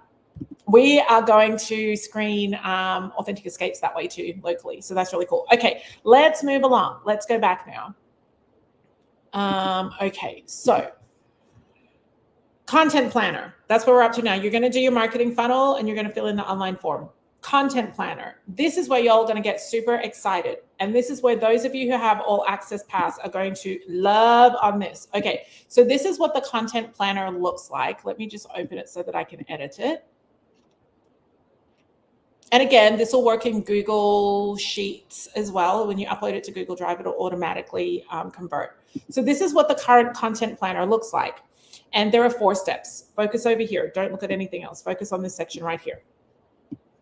Okay, so step number 1, write a list of 6 to 10 focused suppliers and the commission they pay. All right. So for those of you who are new and you're just getting started, I just want to remind you, do not choose the feel. Oh, let me just make sure I'm sharing my screen. Yeah. Do not choose the feeling of overwhelm. We get to choose our feelings. Choose the feeling of, I don't know how to do it yet, but I'm so excited to get this figured out. If you choose to be overwhelmed, and you choose to label that feeling and give it to yourself, it's the worst gift that you can give yourself. Right now, you're thinking, oh my gosh, this is a lot. It is. You're going to start with your commission calculator. You're going to research the commission. It's 1 bit at a time, 1 step at a time. You're going to narrow down your list. You're going to see if they all sell to the same kind of person. You're going to write down the commissions, the commission percentages. You're going to figure out how many people you would have to sell to make that happen. Then you're going to go fill in your marketing funnel, and you're going to start thinking about places. You see people here doing, pride festivals and special events and getting into the community and sending mail outs and doing all different kinds of things. All right. You're going to do this 1 step at a time. For the content planner, what we want to do here, the goal is to come up with 52 weeks of content to give you an entire year. 52 weeks to get an entire year, okay? What did my husband just say? Hold on 1 second. I just want to make sure it is not an emergency. I mean, I can't feel my house shaking like I could yesterday. Oh, let me just ask. Did the delivery come already? He said he's gone to Pasadena, where the earthquake was yesterday. to get something. Okay, that's fine. All right, so what we're going to do here is we're going to write out our list of suppliers. Over here, I did a little baby list for you so you can see it. So say, for example, I chose ALG Vacations. Now, ALG pay different percentages based on the different types of trips. So I think I went with the lower one just to be conservative. Vacation Express, Virgin Voyages, Celebrity, AMA Waterways. These are not legit real commission rates. These are just like what if, okay? It's bothering me that they're different fonts. Let me just change that. Okay, there we go. So write down these and then write down your commission rates here. And then you might do, for example, travel insurance. Travel insurance pays so well. Oh, wow. Our dining chairs just arrived and he showed me a picture. I'll show you later. Okay. Travel insurance pays so well. I don't know what you're getting, but 20 to 24% is usually pretty good. There we go. So I know that these are all the percentages of commission that I am going to get by selling these. And the reason that I put these here for you is because I want you to be reminded when you start working on your content plan in here. Now, listen very carefully if you have all access pass. Okay. And then I'm going to explain it to you if you don't have all access pass, because you don't have to have it. All access pass is a program that we run that's open for sale today, and it only opens twice a year. Okay. It's going to be open today for the next week, and then it closes, and then it's not again until next year in January. If you currently have all access pass, I need to know if this change to the content plan will help you. What we are doing is we are creating a sheet. Call it sheet 1, for example, just here. We're creating a sheet where we are going to list all of the pieces of content, all of the articles in the all access pass. I believe that there's like 200 maybe articles in there, /blogs, whatever you want to call them. And it will have in there, for example, I'll just show you an example of what it would look like. It would say, for example, in here, it might be an adventure name. It might be on, for example, Maldives, and it might be, the article might be top 5 authentic experiences to have. And so what we do is we list out all of the content like this. The next one might be from the destination weddings niche, and it might be 3 ways to do a budget for a destination wedding. Okay, we'll list them all out. Then what you're going to have is a button right here, and it would be a yes or a no button. Okay, if you click on yes, it will automatically drop the article title over here for your week, for your content plan. So then what you would do is you would come in where we would have all 200 or however many they are, don't hold me to that.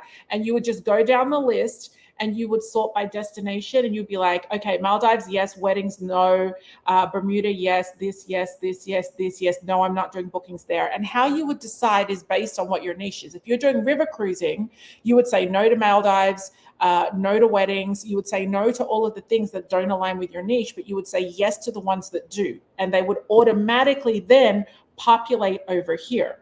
What makes this genius is that then you can give this to an assistant. You can either go to TaskBuddy Travel and they'll do it for you, or you can give it to an assistant, to a teenager or someone, where you can say, this is my 52 weeks of content that aligns with my sales goal. Can you please put all 52 of these blog articles onto my website?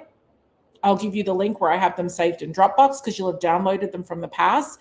And then go into the email marketing platform you've chosen, ConvertKit, MailerLite, Flowdesk, whatever, and just put the snippet in there and the button going across.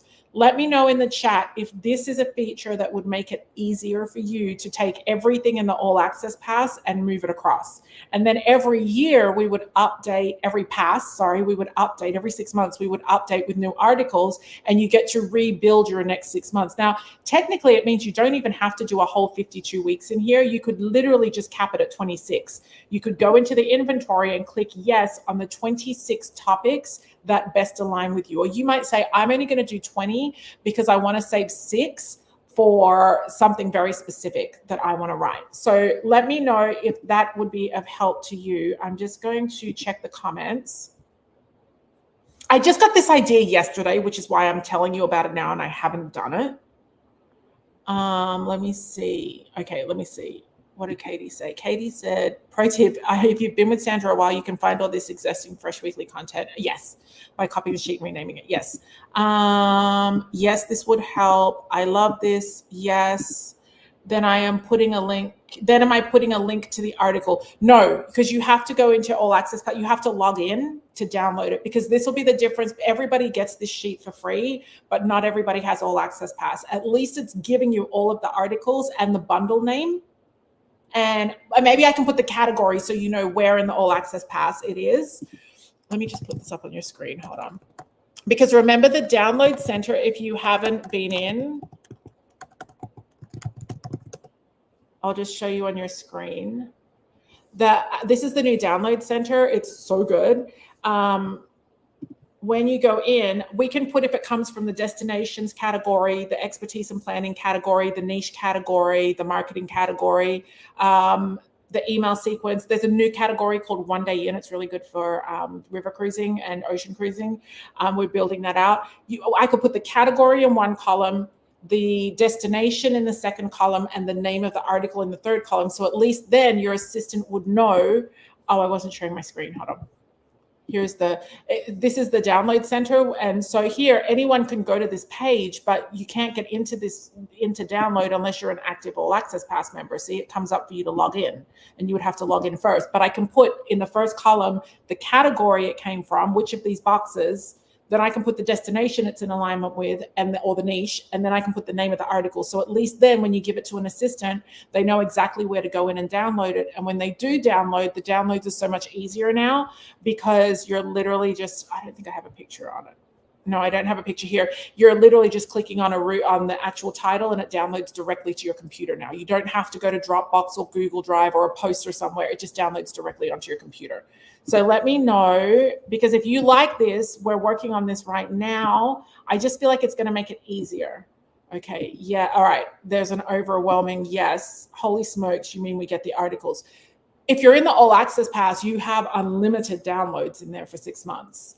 We're already 2 weeks in, so it'll be 6 months minus 2 weeks. Sherry, okay, yes, good.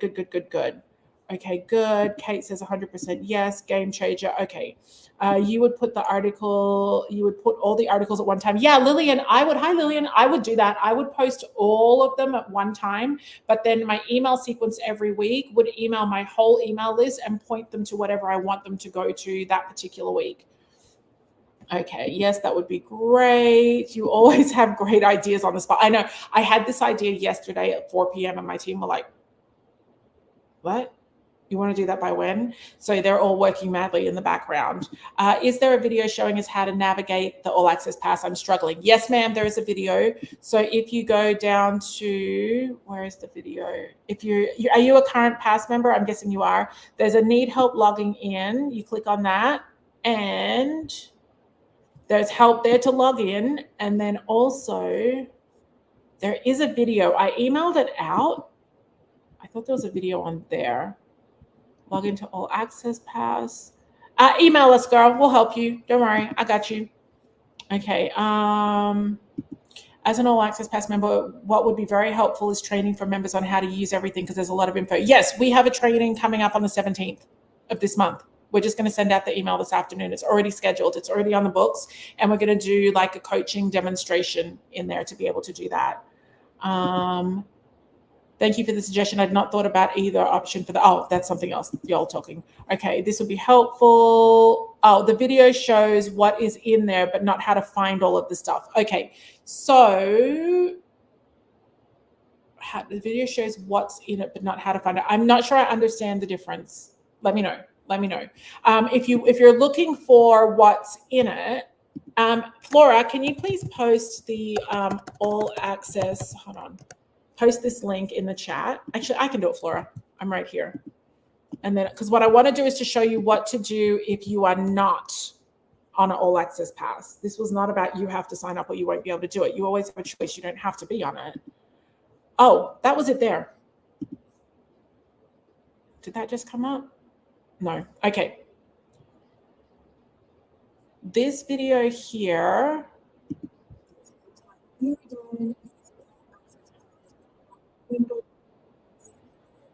I think that shows you through everything, but you can go to travelmarketingmedia.com/all access. I just put it in the chat and I have started, so you'll be able to see it easily. But you can click on view the content menu and it shows you everything that's in it. And it also gives you, oh, look, this is what it looks like when you log in. I was looking for this. So you would literally just click download once on the article and you've got it just there. You can also click download zip file and it downloads those top 3 files together. It's way easier now than it ever did. This took us 3 months, y'all, back-breaking, finger-breaking work.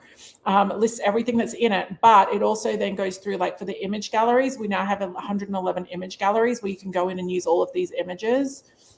And it shows you all the image galleries that are in there. 71 how-to guides for all of these different types of platforms, how to do different things. These are the idea. This is all the 71 guides. We tell you exactly what's in there. You shouldn't have to sign up for something and not know what's in it. Email sequences in here. We're planning to do a lot of email sequences in the future. So for example, if you do river cruising, we want to have an email sequence for you that's already built out that you just copy and paste. Coaching, because you're going to be getting coaching from me this season. Expertise and planning bundles. So this tells you the articles that are inside of each one. So for example, in this one, it says there's an article of 5 European cities that aren't on your radar, but should be. You can get that, run it through AI. Like if James, for example, wanted to do it for his LGBTQ community, he could copy and paste that whole article, put it into AI, and then say, rewrite this article to be helpful for LGBTQ travelers. And that's it. And he can copy and paste. And he can give that same command for every single article in here. Or rewrite this article to be specific for luxury travelers with small children under 12. And actually, with the All Access Pass this year, I wanted to save this till the end, but it's coming with our AI course for free. We have an incredible AI course. It's ready now. You'll get it for free. So this is what everything is in here. That's all. And then it shows you what the destination bundles look like. So yeah, and all the destinations that are in there, all the articles that are inside of those destinations. I guess what I'm trying to say is you shouldn't have to come here to find out that the article for Brazil is the must-see hidden beaches of Brazil. What I wanted for you, I wanted more for you. I wanted you to be able to go into a content inventory where it listed on here, Brazil. Oh, where was I? Here, where it says in here, Brazil, and then it's got top 5 hidden beaches, and that you could automatically just click add to content planner and it would straight away go over and populate the content planner because Brazil is a destination that your 6 to 10 suppliers focus on. That's what we're looking at doing. Now, let me talk to you. If you do not have All Access Pass, don't want it, that's okay. You still use this. This is still going to help you, okay? So what you would do is with your 10 suppliers, let's do this really quick. Say, for example, one of your suppliers is Royal Caribbean. Then what you would do is I want you to list 5 destinations that Royal Caribbean goes to. So I'll just do it here because I have space here. You would say, 5 destinations. I'll just open another sheet. So supplier number 1 is Royal Caribbean. So we're going to put in here Royal Caribbean. And then I'm going to list 5 destinations that Royal Caribbean go to. Okay, so maybe I want to sell specifically Mediterranean. So I'm going to put on here Turkey, Greek islands. Maybe I want to sell Baltic. So I'm going to put in there Sweden. And I'm going to put in there Amsterdam, beginning of the Baltic run. Maybe I want to sell some of the new big ships that have come out. So I'm going to put in there Coco Cay.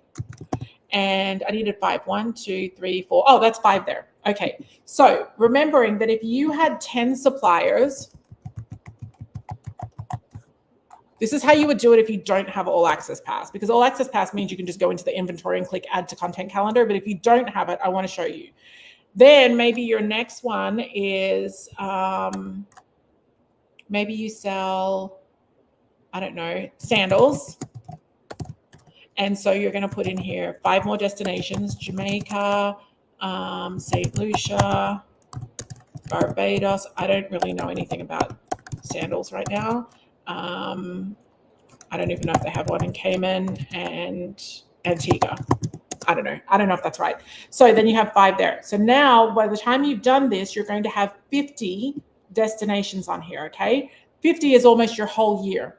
Then what you do is you say, for example, okay, now what I'm going to do is I'm going to make a list of experiences for Turkey. So my list, no, let me do Amsterdam. It's a bit easier for me because I haven't traveled through Turkey. So Amsterdam, I'm going to come up with 5 different things, 5 different experiences that people can have. So you might want to talk about weed and the red light district, because your audience would be interested in that. You might want to talk about the museums. You might want to talk about, so that could be like Anne Frank House, the Rijksmuseum. You might want to talk about the Tulip Festival. You might want to talk about cheeses, and you might want to talk about canal boats. Okay, those would be 5 articles that you would write individually. If you have the All Access Pass, you just go and you click on add to calendar, add to calendar, add to calendar 26 times on 26 things that all align with your suppliers. But if you don't have it, so for sandals, for example, if you had the All Access Pass, you would just go into the content, into the destinations. Right now, you would have to go in and be like, okay, where here is there a sandals resort? I mean, probably not on this page, but up in these pages, there are definitely places in here. I see a bunch of them in here. There's Jamaica. There's, well, I can see some in here. Okay, so you would put those into, oh my gosh, have I not been sharing my screen? Flora, oh my gosh. Okay, that's all right. I'll go back. It's my fault. I wasn't looking at my phone. I was so excited to be helping you. Okay, I have it right here on my screen. So we listed out up to 10 suppliers. We did Royal Caribbean first, and then I filled in Turkey, Greek islands, Sweden, Amsterdam, Coco Cay. Sandals, I listed out 5. Let's do another one together, and it might be AMA Waterways. And for AMA Waterways, you know you want to sell the heck out of some Egypt. You know that you want to sell some Mekong. You want to sell some Danube. So that's going to be, and these are regions or countries, and you want to sell some Rhine, and then you want to sell some Seine. Okay, those are the 5 areas. So then you would come out and you would say, okay, for the Danube, let's do 5 different topics that you could write articles about. So one might be Budapest, top things to see. Another one might be Danube wine varieties to try. Another one might be castles and castles to visit, or experiences to have on the Danube, authentic experiences to have on the Danube. And they might align with the shore excursions for AMA Waterway to have on the Danube. Another one might be, what else? Another one might be top 6 destinations that you can visit on Danube. And another one might be just aligned with river cruising, like a typical day river cruising compared to ocean cruising. So there you've come up with 5 ideas that align with the Danube. So if you don't have the All Access Pass, you're totally fine. You just have to go through now and do this for all of the areas that you want to sell. If you have All Access, then you just go into the inventory list and click on the ones that align with you. And you might, like I said, decide to do 20 from All Access and then write some of your own, because you're like, you know what, I think I need to do more articles on the difference between ocean and river cruising, or the difference between FIT travel and river cruising. Does that make sense? So you're always looking to write articles or to run through AI the articles so that they are in alignment with your audience. Okay, if you have an audience of Christian, because you do like religious journeys and things like that, then you might decide, okay, probably not going to do one on weed in the red light district. It might be the churches. You might change this one here and make it places of worship in here. Under Egypt, if Egypt is one, it might be Coptic Cairo. It might be the temples and pyramids. It could be, so what you're doing is you're curating a list of topics that are in alignment with what you want to sell. Now, Let me come back so you can see me. Okay, let me come back, you can see me. It's okay if you want to do this by yourself. You do not have to have all access pass. You do not. You do not have to have it. But you always have a choice. You have 3 choices on how you come up with this content. But mark my word, there's one thing you do not have a choice in. You do not have a choice on whether or not the content matches the destinations that you want to sell based on the suppliers you chose. If you start posting stuff about the Caribbean and you want to sell river cruises, it's a miss, it's a wash, it's a waste of time. Okay? You have got to use content from either yourself, outsource, or the past. It doesn't matter. It doesn't matter. And you have got to run it through AI so that it perfectly matches your audience and your commission calculator. If you don't know how to use AI like that, the All Access Pass comes with a free AI course. The AI course is very, very good because I actually give you the commands regardless of what niche you have. So when I was saying before, James's niche is LGBTQ community, there is like, he just needs one command and he can run all the articles through to all slant towards his audience. If your audience is solo travelers, you need that one command to run it all through so that all the articles match. So here are your 3 options when it comes to doing your content calendar. Firstly, you have to do your own content calendar. Do not outsource that.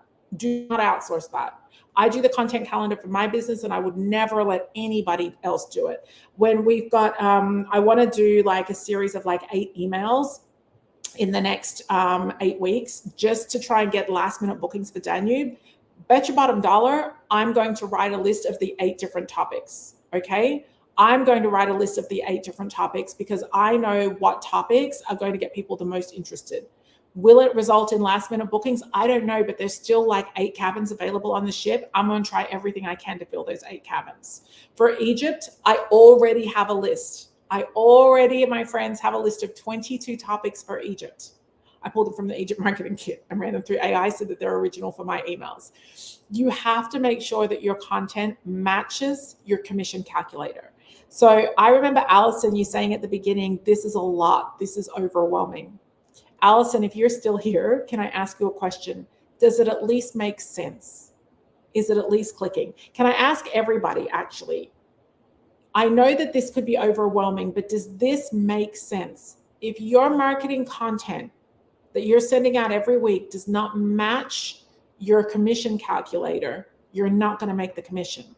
Does it make sense to you that if you are not advertising and promoting yourself in the communities where your ideal clients are, that you're not going to get traffic to your website? Does it make sense to you that driving engagement on social media is useless if it's not turning into email subscribers? Does it make sense to you? This all has to make sense. It's okay if you don't know how to get to 1 Spring Street, but you have to understand that if you don't put it in the GPS and you don't formulate a list of instructions, you were never going to get there anyway. Your business was never going to be fruitful anyway. All right, I want to wrap this up with you. So for your content planner, you've got to have the suppliers that you're going to use, and you've got to have the destinations narrowed down. You can't write every destination that Royal Caribbean or AMA Waterways goes to. So pick an itinerary and focus on that, or pick 2 destinations from each itinerary and focus on that. Okay. So I want to show you very quickly before we end a real life case study of a real travel advisor. I showed this at the Astor River Cruise Expo, and I pulled it out from a presentation that I have this morning. This is a real travel advisor's Facebook engagement. She was working on us for a test that we're doing for our new product called Insightful. And Insightful is a dashboard that you get that looks just like this, where you can measure all of your social media, your email marketing, your Pinterest, your Google, your website traffic, everything, almost everything in your business. There's 75 different platforms. And you would measure the 3 or 4 or 5 that you use the most. This is a screenshot from her Insightful platform, specifically her Facebook, right? She has 3,093 likes, but I want you to pay attention to these numbers here, the big numbers. Total reach, her current total reach, she reached in a 30-day period 59,753 people. Would you be happy if that was you? that in 30 days, without paying anything, see, it was organic, she didn't do ads, that she would, hold on, let me make sure I'm sharing my screen. Yeah, I was. Sorry. That she would reach, she reached in 30 days, 60,000 people. That seems really, really, really good, right? Really good. But you have to ask her, and that's without even getting new followers. That's just the content she was putting out. Facebook showed it to her audience. She got 1,200 likes and she got 121 comments, 60 shares, and 38 other types of engagement. But look at this screen. What is the data telling us? It told us that her impressions and her reach were awesome. So good. I don't even get that on social. 3% engaged with her, but 97% ignored her. Well, imagine if she could increase the engagement. Do you know what the sad thing is though? She doesn't know how many people visited her website or if she got any new email subscribers. In fact, there's a chance that she wasn't even trying to get email subscribers and didn't even have anywhere on her website to sign them up. Can you imagine getting 60,000 engagements on your social media in 30 days and not growing your email list? Because without growing your email list, you can't send out an email saying, hey, we've got a group going to Egypt. Hey, we've got a group going on the Danube. Hey, there's this incredible special. You don't even have to do groups. An amazing cruise line just sent out a special end of summer. If you can travel between this date and this date, book by this date, vacation starting at, fully inclusive, prices starting at, click here to book a call with me. You get bookings from that. I know someone who has an email list of 23 people and they made 17 bookings because those people were exactly the people on their list when they sent out an email with a special, right? Posting on social media won't do anything for you. So what's next for her? Well, her goal, she has to now focus on converting the 1,400 people into website visitors and email subscribers. Unfortunately for her, the only way to get these people back is to run paid ads. She's specifically going to run a paid ad targeting just those people. She's going to have to pay money to target those people that she already got their attention for free and they engage with her for free, because otherwise that 60,000 is lost. I cannot stress to you enough, if you are messing with social media in your travel business right now and you cannot guarantee that you're getting bookings or growing your email list from it, one or the other, or getting website traffic and growing your email list, then you should pause on your social media and focus on your email marketing. Because to get this, I know that she was posting twice a day. So I don't think she should quit social media, not at all, but she has to focus on email list building. And I reached out to her because she was in a test group and I told her that, and she's doing something about it. So I just wanted to put that on your radar, okay? So you've got a lot to work on. You've got your commission calculator, that's where you're going to start. You've got a planning fees course for free if you want to take that. These tools are all free. You've got your funnel map, which you can now go in and do. You've got your content planner. And if you want to wait, tomorrow we will send out an email to everybody with the updated tools that all click together and merge together. If you want to join All Access Pass, I recommend going and checking that out today. We're going to put a link into the chat to do that. You go to travelmarketingandmedia.com/All Access Pass. So let's wrap this up. Number one, start with the blueprint. Okay, go to travelmarketingandmedia.com/blueprint. Flora, if you could put that in the chat, that would be really good. Let me go ahead and share my screen, and I'm going to, actually, I think I have it here, but also put it in the chat. No, I don't. Let me put it up on my screen.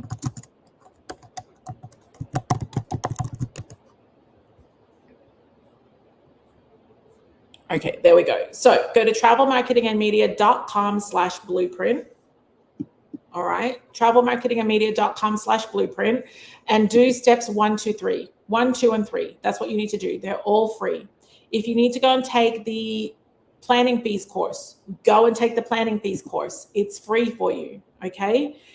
Then you need to work on setting up your email marketing. We will run an email marketing course. It's not going to be for another month or two, but we will run it, and you'll be able to sign up for that and learn how to set up an email marketing platform. We're not going to run it on all the platforms. We're going to run it probably on, I would say, 2 platforms only, but the concept still works for all of them. And we'll give you instructions on how to do it on the 2 platforms that we used to recommend, that we don't recommend, but we know that you're still on, okay?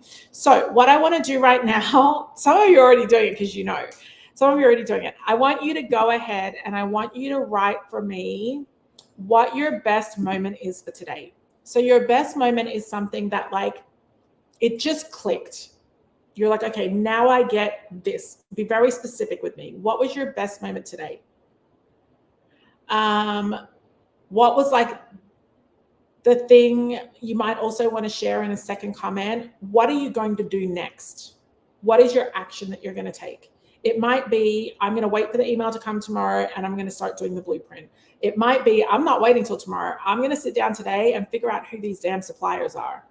I'm going to do my list of 6 to 10 suppliers. I'm going to email my host agency and get commission rates. I'm going to check that my 6 to 10 suppliers all sell to the same kind of people, because I know I can't be selling Abercrombie and Carnival, and I love them both because the marketing is going to be crazy. It's not the same audience, and I would need 2 different websites and 2 different marketing plans. Maybe that's all you'll do today. But tell me, what are you going to do today? Your next step of action. So what's your best moment and what's your next step? Your next step in action. Okay, those are the 2 things I want to know. And if you have a question, now is a really, really good time to put it in. Just do hashtag questions so that I can see it. Okay, so I'm going to share some of your comments and then we'll let you go. Okay, so let's see. And some of you have done this training many times with me and you just needed to do it again. Okay. Merit says, I'm overwhelmed also, but what you were saying makes sense. It's clear. Thank you. You are so welcome. Merit, my advice to you, I don't know what your next step is, but my advice to you is to narrow down your list of suppliers, your focus suppliers, and then figure out the commission rates for them, and then wait until tomorrow to get the email and work through that blueprint. 1, 2, 3, 1, 2, 3. If you don't have clients that you need to be helping today and tomorrow and for the rest of the week, make that your only priority this week. Your only priority in your travel business, because if this is not straight, neither will your business be. Chili says, it's always a great idea to listen to this type of webinar to keep you on target. Yes, ma'am. I know you and Mr. Joseph are doing all the right things. I see you and I know you're doing all the right things. We've known each other for a long time. Sometimes coming in on this training is just the boost that you need to keep you on track or to get you back in the wagon if you've fallen off. Okay, Karen Dennison says, it makes perfect sense. I was doing all this without the Access Pass. It's a lot of work. I'm spending too much time being a content creator. That's not why I got in this business. And that's why I got all access this time. Oh, that's why I got all access this time. Yeah. And all Access Pass needs to be run through AI. You need to run it through AI in order to slant the article to what you need. But let me tell you, with the AI course and the prompts that we give you, it takes about 5 seconds. It takes about 5 seconds to be able to do it. And I'm going to let you guys go in a minute, but for those who want to stay, I'm actually going to go and take one article and I'm going to show you how to run it through AI for a specific niche. And you're going to see how quickly it is to take something from the All Access Pass and use it. Okay, what else? Best moment is managing the overwhelm. Absolutely. GK Travel just said, wow. Okay, do you recommend putting the articles on our website or directly into the emails? Always on your website. I love that question, Coco Line Vacations. Always on your website. You want to drive traffic to your website. You can put just a snippet, and I'll show you on the coaching calls for All Access. The 17th, we have our first coaching call, and I'm going to show you on that specific coaching call how to run an article through AI. I'm going to show you that now as well, but I'm also going to show you what to put in the email and what not to put in the email. And it's so fast. You're gonna be shocked when you see it. Okay, the content planner structure. Yes, Jen, and the fact that it's in alignment with your commission calculator. Best moments, suppliers have to align to your niche. Yes, Renee, when you have suppliers that don't align to your niche, or you might have suppliers that have different audiences, like Ama Waterways doesn't book the same kind of people as Carnival. You should not have them in your focus suppliers together. All of your focus suppliers have to book the same kind of clients and the same kind of budget. Amy says her best moment was giving me permission to focus on 6 to 10 vendors. I can't even tell you. One of the things that we did when we moved into this house is that we purged before we moved in. We didn't bring a single thing. Well, kind of. We didn't bring anything that doesn't serve us. We have 5 boxes. They're small boxes in the garage called unsorted. They weren't even allowed in the house. I am not giving my energy, my mental space, my mental health to anything that doesn't serve me. And those 5 bags that say unsorted are closet, kitchen, and office, and under the stairs. They're not coming in the house. Like Anthony literally said to me yesterday, can we get these off the ground so we can bring both the cars in the garage? And I'm like, no, unsorted things have no place in this house. No, sir. When I tell you that my house is perfectly organized, you open up a drawer, it is organized. You open up the pots, it's organized. You open up the glasses, it's organized. The closet is organized. It's color blocked by type of clothes. Everything fits. It's not because I'm perfect. It's not because I'm great. I'm neither of those things. No, I'm cool. I'm pretty great. We all are. We all are. It's because I made a conscious choice to not allow mess in my life. And I'll tell you why.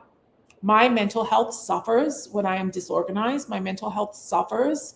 My marriage suffers. Like real talk here. We get into it. We go head to head and argue. We fight. And it only happens when we're overwhelmed and there's mess. Mess might be disorganization. Mess might be nobody knew that Houston had to go to the barbershop this afternoon. Houston's starting at a new barbershop. He's graduated from the kids barbershop where they sit in the little cars to a black barbershop where he goes and it's men only and it's all men of color, Dominican, black, and he's now going to have that Saturday experience in the barbershop that Anthony grew up having.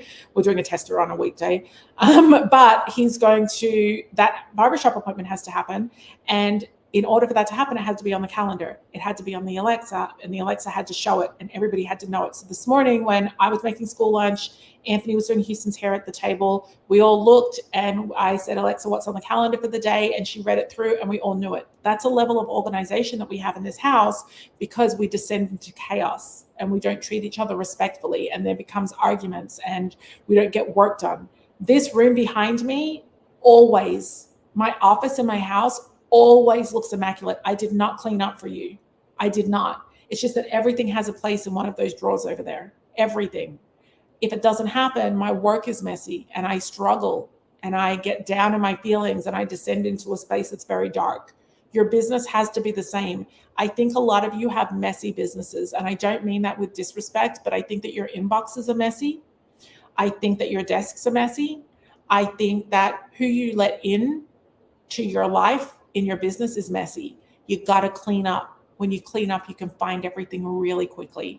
I unpacked the dishwasher this morning after I made school lunch, and it took me less than 2 minutes. I literally looked on the clock to see how long it would take me because I'm so proud of myself for only bringing in what we needed in this house, and it's not overwhelmed. Okay, so I definitely think the 6 to 10 vendors will do more good for you than you actually realize. A best moment was GPS to the grocery store metaphor seriously helped shift my mindset. Yeah, you don't have to know how to get there on your own and have it all figured out. You just have to know the address and then do your marketing funnel to map it out. The minute that you're going to have detours where you've suddenly got to take a different street because something happens or something doesn't work. But as long as you know that the GPS will keep updating, you have to keep updating your marketing funnel along the way. Narrowing down suppliers, very good. Change luxury advisor to a more focused main.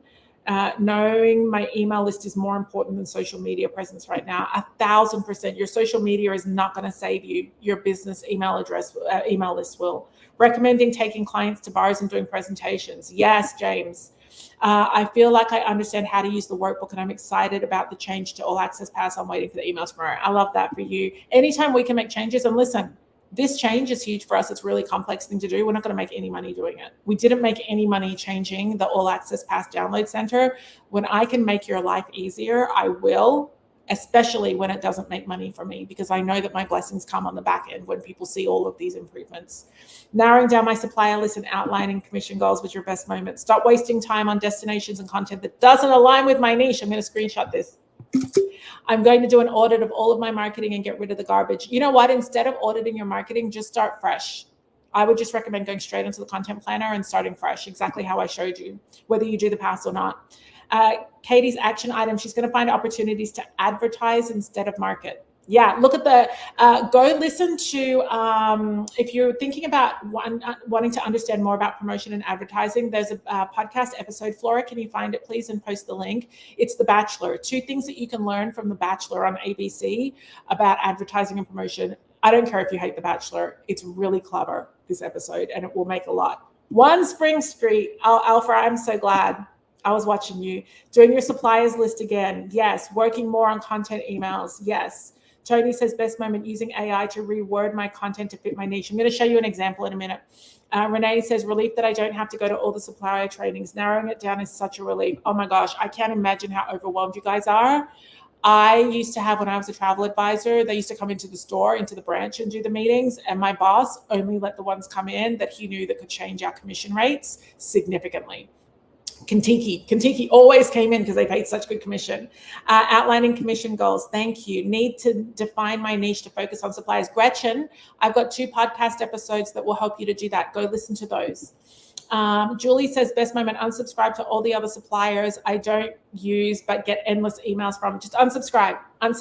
Ask yourself, is this person on my preferred list? No. Christine says, I'm going to get my email client list together and try to convert my existing clients to my niche. Yes, and if they don't fit, let them go. They will unsubscribe automatically. Travel Concierge Partners, weekly emails at the least. Next is to start using the commission tracker. Yes. Okay. Renee says, next step is to get help and get the all access pass. Yes.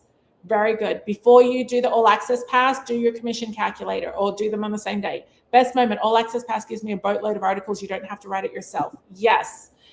Karen says, my 3rd time and I learned something. I'll get motivation every time. Every time I offer this training, if you haven't implemented it all yet, come back. Sylvia says, I'm going to revise my suppliers and I need to advertise to grow my email list. Go listen to podcast episode about The Bachelor, Sylvia, and then also episode 40. Travel planners, question, can you share more about the coaching you're offering through All Access now? Thank you. It's going to be Q&A just like this. And you can just send in your questions and I'm going to answer them just like this. If I don't answer them like this, it'll be podcast audio. And I just go through, like the people who did the Pinterest course, they got to submit questions and we put up an episode, I think it was episode 39, was answering Pinterest questions from the people who took the course. So you can always ask questions. And if you need help, you can also email in and my team will point you in the right direction to maybe a video or something like that. We're also thinking of building out how-to tutorials for how to use the All Access Pass. And we just need to do a brainstorm about it. Planning fees, focusing on 10 suppliers, email marketing, sign up in the All Access Pass so you can get more trading. 1,000%. All Access Pass holders are the only clients of ours that get coaching because I don't have the bandwidth to do coaching for everyone else and for everyone. And I figured that if people were willing to invest in a pass that is literally is less than $350 for 6 months, then they deserve to get my time. And so I do free coaching via the podcast if you can't afford to do the pass or the pass isn't for you. But I decided to give the coaching to people who invest in the All Access Pass because they're showing me that they want to do good marketing.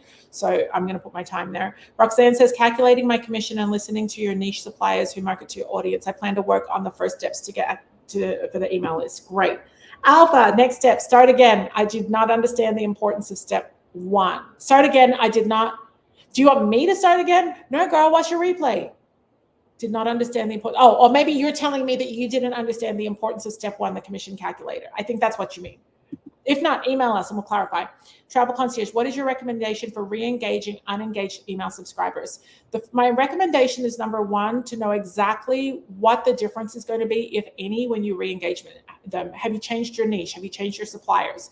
And then the first email that goes out to them is called Waking Up a Sleepy Email List. In the All Access Pass, we have it. You can copy and paste it. But it basically says, hi, whether you just got here, you've been here for a minute, welcome to our business. This is what we do. This is what we're focused on. If this works for you, stay here. Over the weeks, we're going to be doing XYZ every week, sending you this, this, and this. If that's not for you, go ahead and unsubscribe.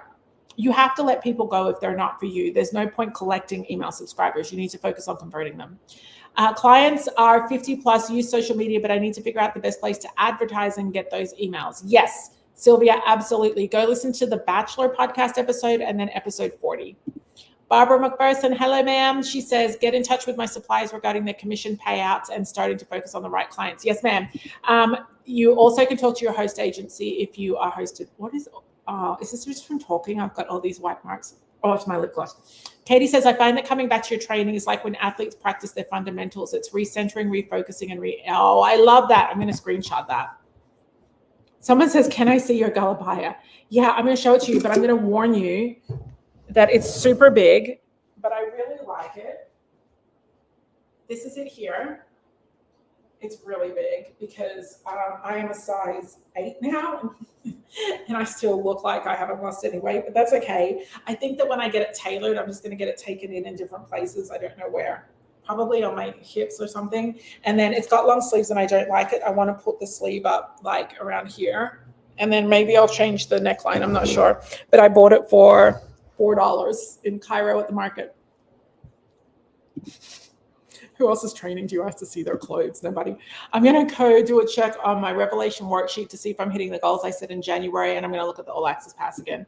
Remember, with the All Access Pass, the idea is that you run it through AI. The idea is not that you just copy and paste. In the beginning, we always say, yeah, you can just copy and paste it. But now I get better as a coach and I find more ways, and AI didn't exist then, being able to run it through AI. And if you are an All Access Pass and you don't know what command to use, do the AI course that you're getting for free, and All Access Pass members will get it, whether you're new or just signing up. And once you've watched that course, if you still don't know the right command, email me and tell me your niche and who your ideal client is, and I will tell you the command that you can use for every article. But I think you'll figure it out yourself when you do the course. Okay, so question, can you share more about coach? Oh, we already did that one. Okay, hold on. Yes, I'm so scared to use AI. Please show an example. I will. How to engage email subscribers. I have a lot doing weekly emails, but very little engagement. If you have little engagement, so the way that you measure engagement on email marketing is how many people open your email and then how many people click on it. It's why you don't want to embed your whole article inside of the email, because you'll never know if they read it. So you embed a little bit of an image gallery and then a button. If they click on the button, then you know that they engaged with you and they read it. If people are not engaging with you, it's either because they shouldn't be on your email list and you need to cleanse your email list. We can talk about that in a coaching session. Send in a question if you want to learn more about that. Or in the All Access Pass, in the magazine section, there's a whole section about magazines. There are 29 marketing strategy magazines. One of them is about, where is it? One of them is about email marketing, and it tells you about cleansing your email list. You might need to clear out anyone who has not opened an email from you in either the last 3 or 6 months. Where are the magazines? Here, 29 marketing magazines.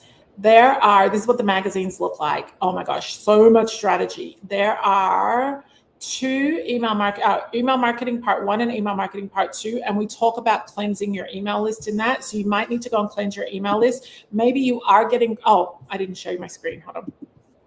Sorry. In the content menu for the All Access Pass, the PDF that shows what's in here, this is what the magazines look like.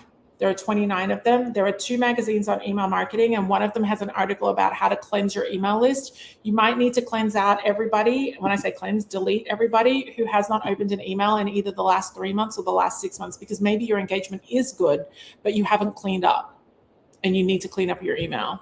Okay, what is your recommend? Oh, I did that one already. Biggest takeaway, email marketing. I need redirection. I believe that once you've done your commission calculator, you will have clarity. There's a reason we called it Revelation. I need to find the AI course. It will appear in your dashboard. If you are an active All Access Pass member right now, it will appear in your dashboard within the next 3 hours. It's already there. We just got to flick a button. Actually, Flora might tell me that she's already done it. Let me ask.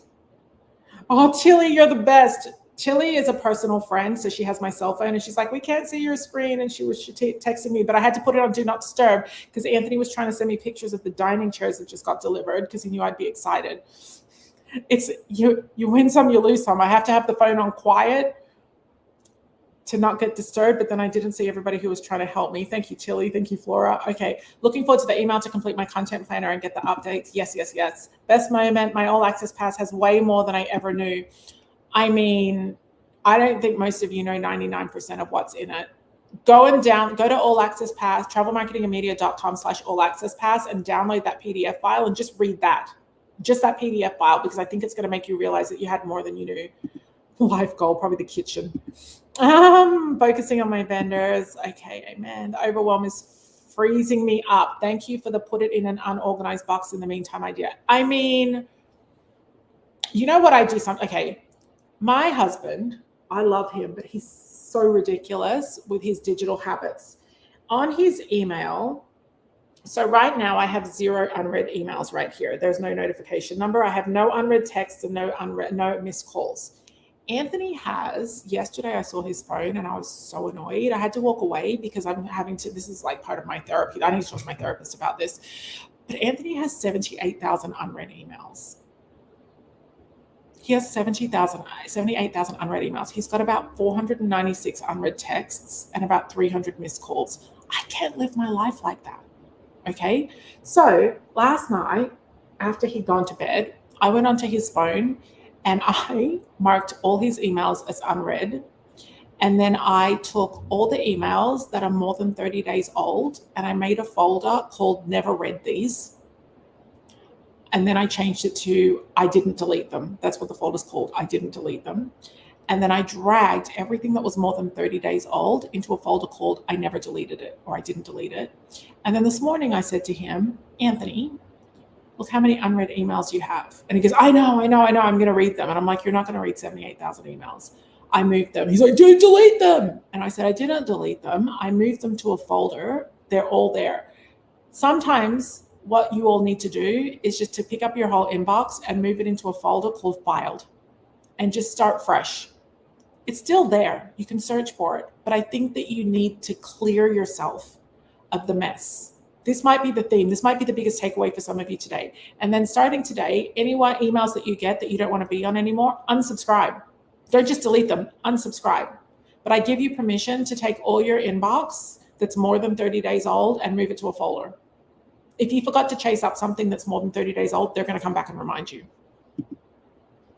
Best moment, must have a planning fee and advertise to gain more email subscribers. Great. Best moment, I need to get on track and be consistent with email marketing, and it's okay to focus on my niche and suppliers. I needed this refocus. Oh, thank you so much. I'm going to screenshot that because I love that comment. I love it. I love it. I love it. Recommendation. Do you recommend putting the articles on our website? Just linking them. I already answered that one. Okay. Inbox, messy. I just got triggered. I need to clean this up. Just make a folder. Make a folder. I need that episode. I'm going to do an episode on, Flora, can you add on Trello for me, please? Just do podcasts. I think there's a column in podcast episodes for batching. It's over on the very right-hand side. For me to do an episode on how to clear your inbox. Okay. All right. So we're good. Okay. If you want to leave now, you can leave. I'm going to do a quick demonstration for you on how to use one of our articles and run it through AI. And I'm going to take something from the All Access Pass. Can I ask you, if you're staying and you want to see this, can you please put your ideal client or your niche in the chat, and I'm going to just pick randomly a couple and use the same article and show you how to do that for everybody. If you're leaving, just go ahead and leave. It's fine. Thank you so much for being here. You'll be able to watch the replay. We're going to send it out. We'll trim off all the beginning of me showing my office and everything so we get straight to it. And we'll send you out an email tomorrow letting you know about that the new tools have been updated. If you haven't signed up for All Access Pass, we close next week. You won't be able to sign up until January, so go ahead and do that. Okay, so that sounds good. Some of you, the All Access Pass won't be for you. If you focus on just Italy or on just one small type of travel, like I see there, Karen focuses on small ship sailings. There may be enough in there for you. I don't know what itineraries there are, but I'm going to show you how you can do it, for how you can use one piece of content and adjust it so that it works for you, because I really want to show you that the All Access Pass literally will save you that much time. So thank you. I'm going to get rid of the comment. Hold on, I know where to do that.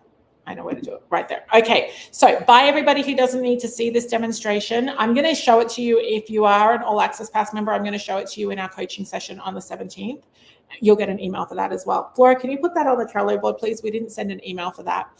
Okay, so I'm going to show you this, and then I have to go because I have a hair appointment in 25. Look, y'all. I have a hair appointment, and then I have a makeup appointment because I'm filming videos this afternoon just for my business. I literally get my hair and makeup done so that I can batch create videos. I'm making 17 videos today. 17 videos. I've been putting it off for so long, but I can't be bothered doing hair and makeup every day, so I'm literally just going to make them all this afternoon. On a side note, are you offering website in a weekend again? Yes, ma'am. We set the dates yesterday, November 6th. Oh, I think it's ma'am. I can't see your name. November 15th and 16th. It sounds a long way away, but it's not. Next month is September, then it's October, then it's November. So, and then with the election coming up, it's kind of crazy. And so the only date that I had was November 5th. We're not doing it on that day. Our country is going to be going through significant change either way. So November 15th and 16th, I'm pretty sure, or 14th and 15th. I don't know. We'll let you all know soon. Okay, let me do, I'm not going to share my screen yet. I just need to close some windows, and then I'm going to get everything that I need, and then I'm going to share my screen again. Okay, I need to go into the All Access Pass in Dropbox, and then I need to log into AI, and then I'll share my screen with you.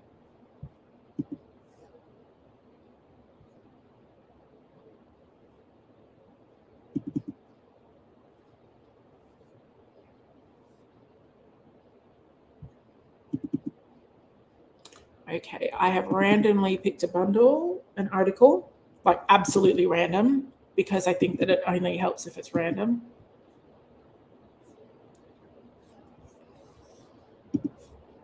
So I have to download it. That's what I'm doing right now.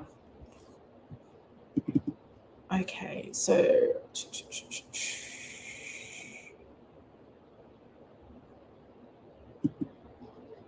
all right, so the article that I randomly picked is 5 European cities that aren't on your radar but should be.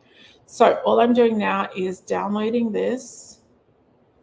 Download, okay. While that's downloading, I'm gonna log into ChatGPT.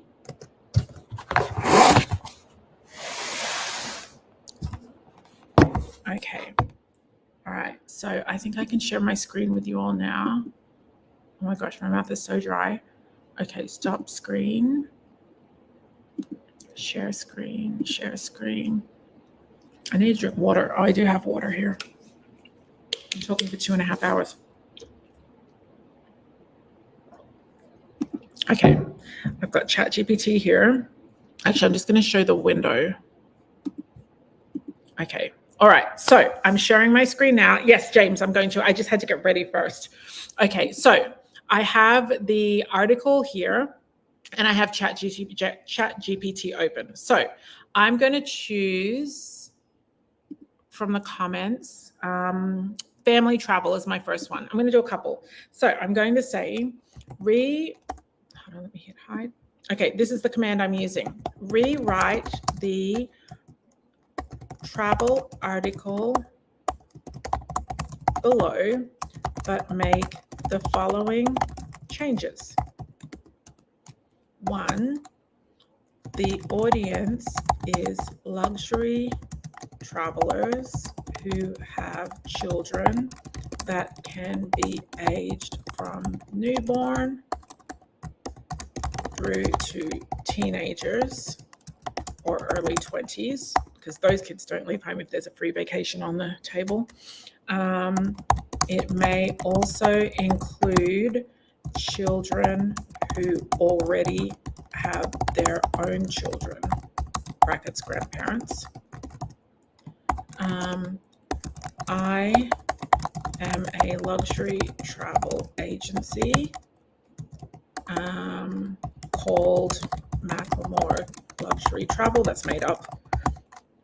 And I don't want to recommend DIY planning or any specific businesses. The call to action is to send me an email, request a callback, or that's it. Okay, so that's what I've written just here, and I'm going to post this right now into the chat. And AI learns you. Once you know who your ideal client is, it learns you. And what's really cool is I just posted that in the chat. So this is for family travel. This is what I would write in here. Okay. Now I'm going to go across into, I'm going to go across and get my document.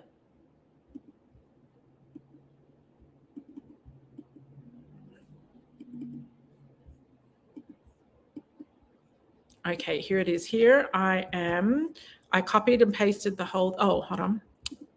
Just going to copy and paste the whole thing, including the heading. Okay. All right. So let me go back in. Okay. So I've copied and pasted it. So I'm just going to paste it right down below like that. And then I'm going to hit enter. So the first thing that I notice is it's changed the title. The title is now 5 European cities perfect for a family luxury, family luxury travel. And before it was called 5 European cities that aren't on your radar but should be. So the opening paragraph before was, and I'm going to read you the new one so you can see how cool it is.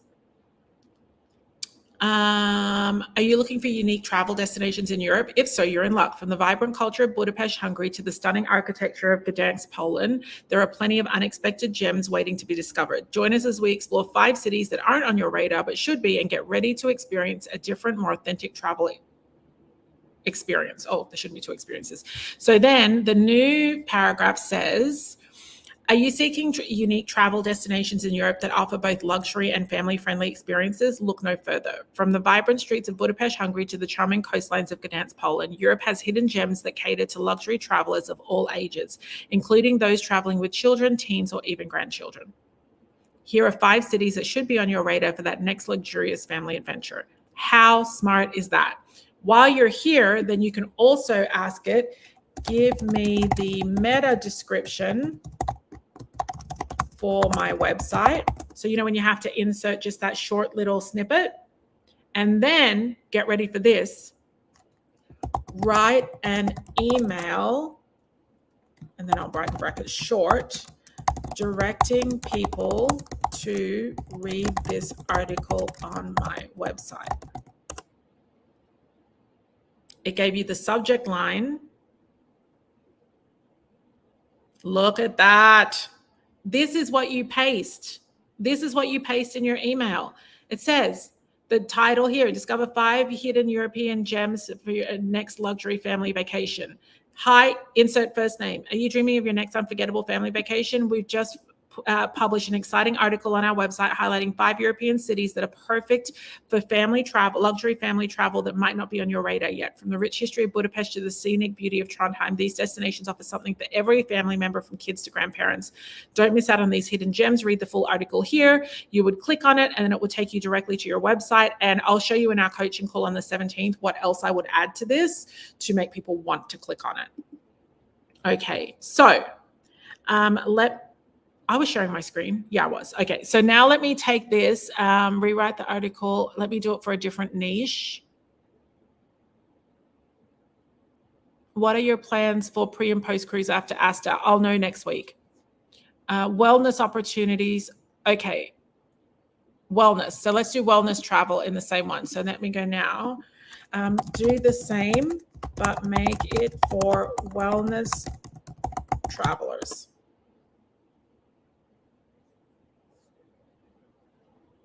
So it gave me the email for wellness travelers and gave me a different emoji, which is so cool. And now rewrite the article again, but this time for wellness travelers. And you could literally sit here in the space of 1 hour and rewrite 26 articles. Why? Because the All Access Pass helps you to do that because it's already thought everything through.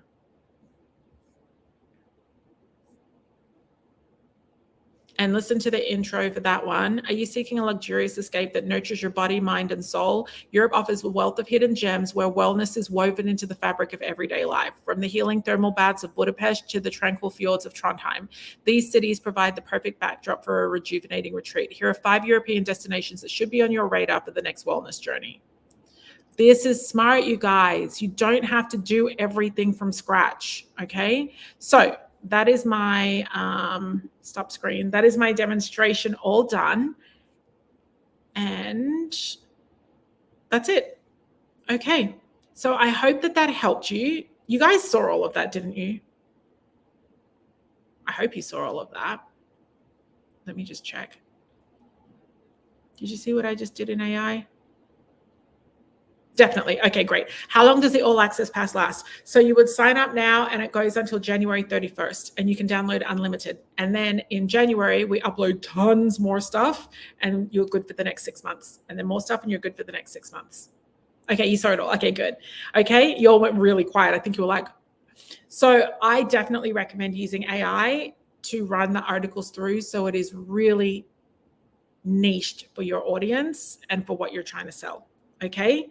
Yay, love the prompts. Amazing. I learned so much. Okay, good. Make sure the AI course goes into tons of detail of how to write prompts and how not to write prompts and how to quickly be able to do like 26 pieces of content. Okay. All right. I have to run because it's 11:45. I'm really excited. I get to see my dining chairs. Anthony just texted me a picture. I'll show you. Don't look at the mess outside. Anthony just texted me a picture, but I want to go down and sit in them, but I really don't have time. So I will, they're fabric resistant. The water just pours straight off it if you're wondering how Houston's going to sit on them. I will catch you all later. I'm batch creating videos this afternoon, which is not my favorite thing to do. You'll be surprised. That's it. Okay, perfect. Go do your commission calculator. Go clean out your inbox. Go do something. Do something so that this training didn't just take a couple of hours of your time. Gotta go. Love you all. Go sign up for All Access if you haven't. Bye for now.